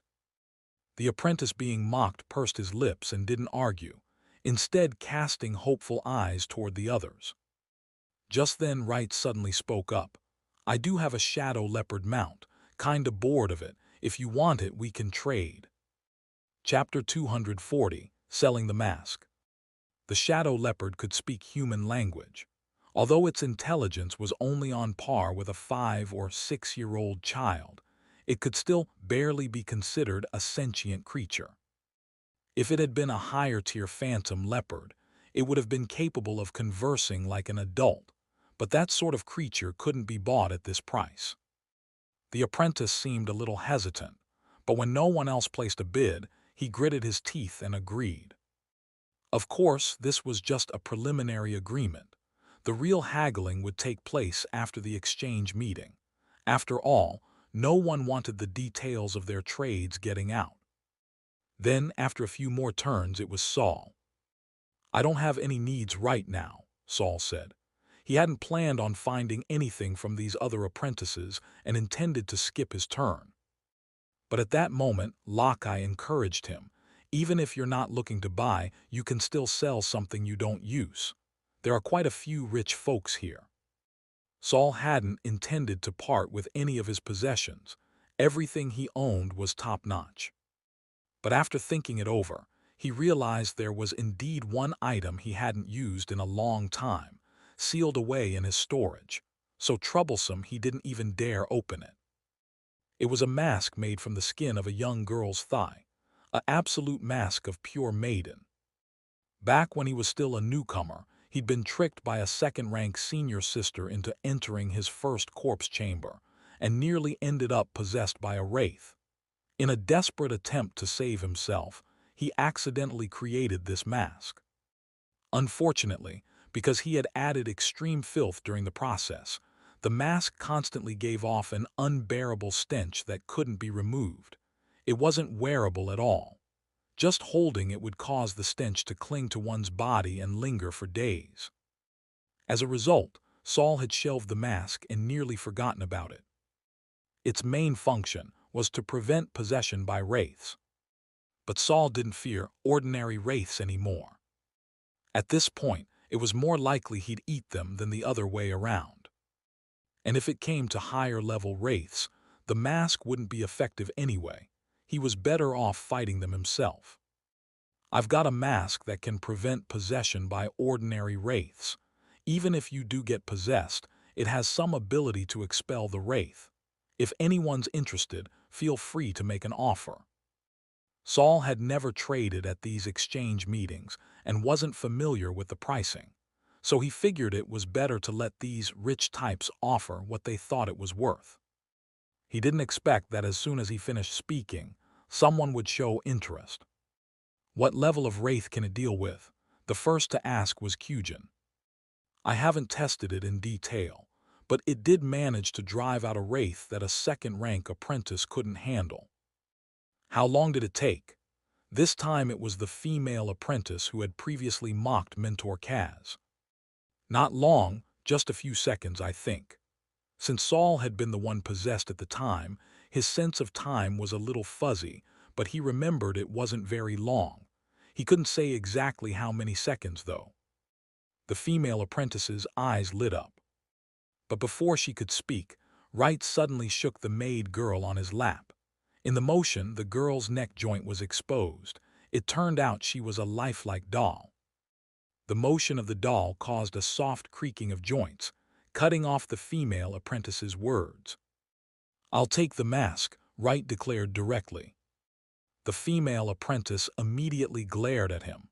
"Wright, didn't you hear we were still asking questions?" Wright chuckled. "I heard, ask all you want, I'm buying the mask." He was determined to get that mask no matter what. His performance today was very eye-catching. It seems that he is one of the people who returned with a lot of things that Lockeye mentioned. Saul muttered, resting his chin on his hand. He wasn't in a rush to name a price. Apprentices who often took on field missions seemed especially interested in items that could ward off wraiths. In the end, after a brief contest between three interested buyers, Wright came out on top. He just sold his old mount for a hefty sum and was feeling flush with cash. But just as he secured the deal and looked smugly at Saul, his smile froze, and he awkwardly ducked behind the maid doll again. The exchange meeting only facilitated information sharing and initial agreements.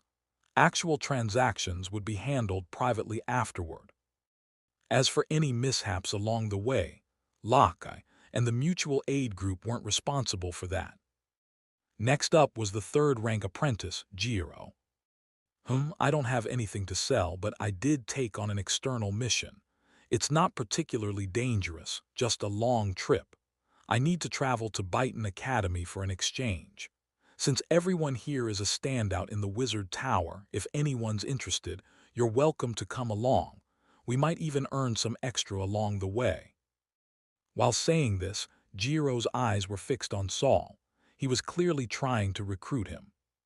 But Saul wasn't moved in the slightest.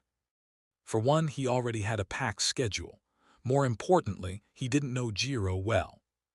His last trip with Bill had been a disaster. Traveling with someone who might trip you up at any moment, Saul would rather go solo. Though Saul gave no reply, quite a few third-rank apprentices were tempted. And since the task didn't sound too dangerous, even some second-rank apprentices expressed interest. Jiro smiled the entire time and agreed with everyone. After that, one by one, each apprentice had news, tasks, or items to sell or trade. The most outrageous was Wright. He was selling the lifelike doll on his lap. The doll looked startlingly human. Aside from a few key joints, the rest of her was wrapped in synthetic skin. She even simulated heartbeat and breath. Your tastes have evolved from real maids to fake ones. Someone who knew Wright teased with a grin. Wright raised an eyebrow. The outer shell might not be much, but what's inside is pretty special. As he spoke, he turned the doll around to show her back. The back of her outfit was specially made, barely more than a few pieces of cloth. He parted her hair to reveal a large expanse of pale skin. In the middle of that lifelike back was a slit held together by lacing. Wright undid the laces, reached in and pulled out a pulsating green heart. A soft tube still connected the heart to the doll's body. This is one of the new living dolls recently put up by the land drifters. It's powered by a mix of wraith fragments and plant spores. Once you activate it with a magic crystal, it can act almost like a real person. What's the point of that? A female apprentice asked with a frown. Plenty of uses: scouting, disguise, ambushes. Depends how well your brain works. She sneered. I meant, what's the point of making it a maid? Wright rolled his eyes. That's just my personal preference. Anyway, I'm not selling her, just the info. If you want to buy, I can put you in touch. Hearing that, Saul leaned forward slightly. What's the production volume of these dolls? Unit price? Wright's eyes lit up at the interest, but when he saw it was Saul asking, he quickly put on a serious face. They're all custom made. Fastest is 10 days, the longest is 3 months, depending on requirements. How long does one last? Surprisingly, it was Haywood who asked next. No one expected the first two people to inquire would be Saul and Haywood. Suddenly, everyone started wondering if they had missed some hidden use for these seemingly useless dolls. More people began considering whether they should order a few to experiment with.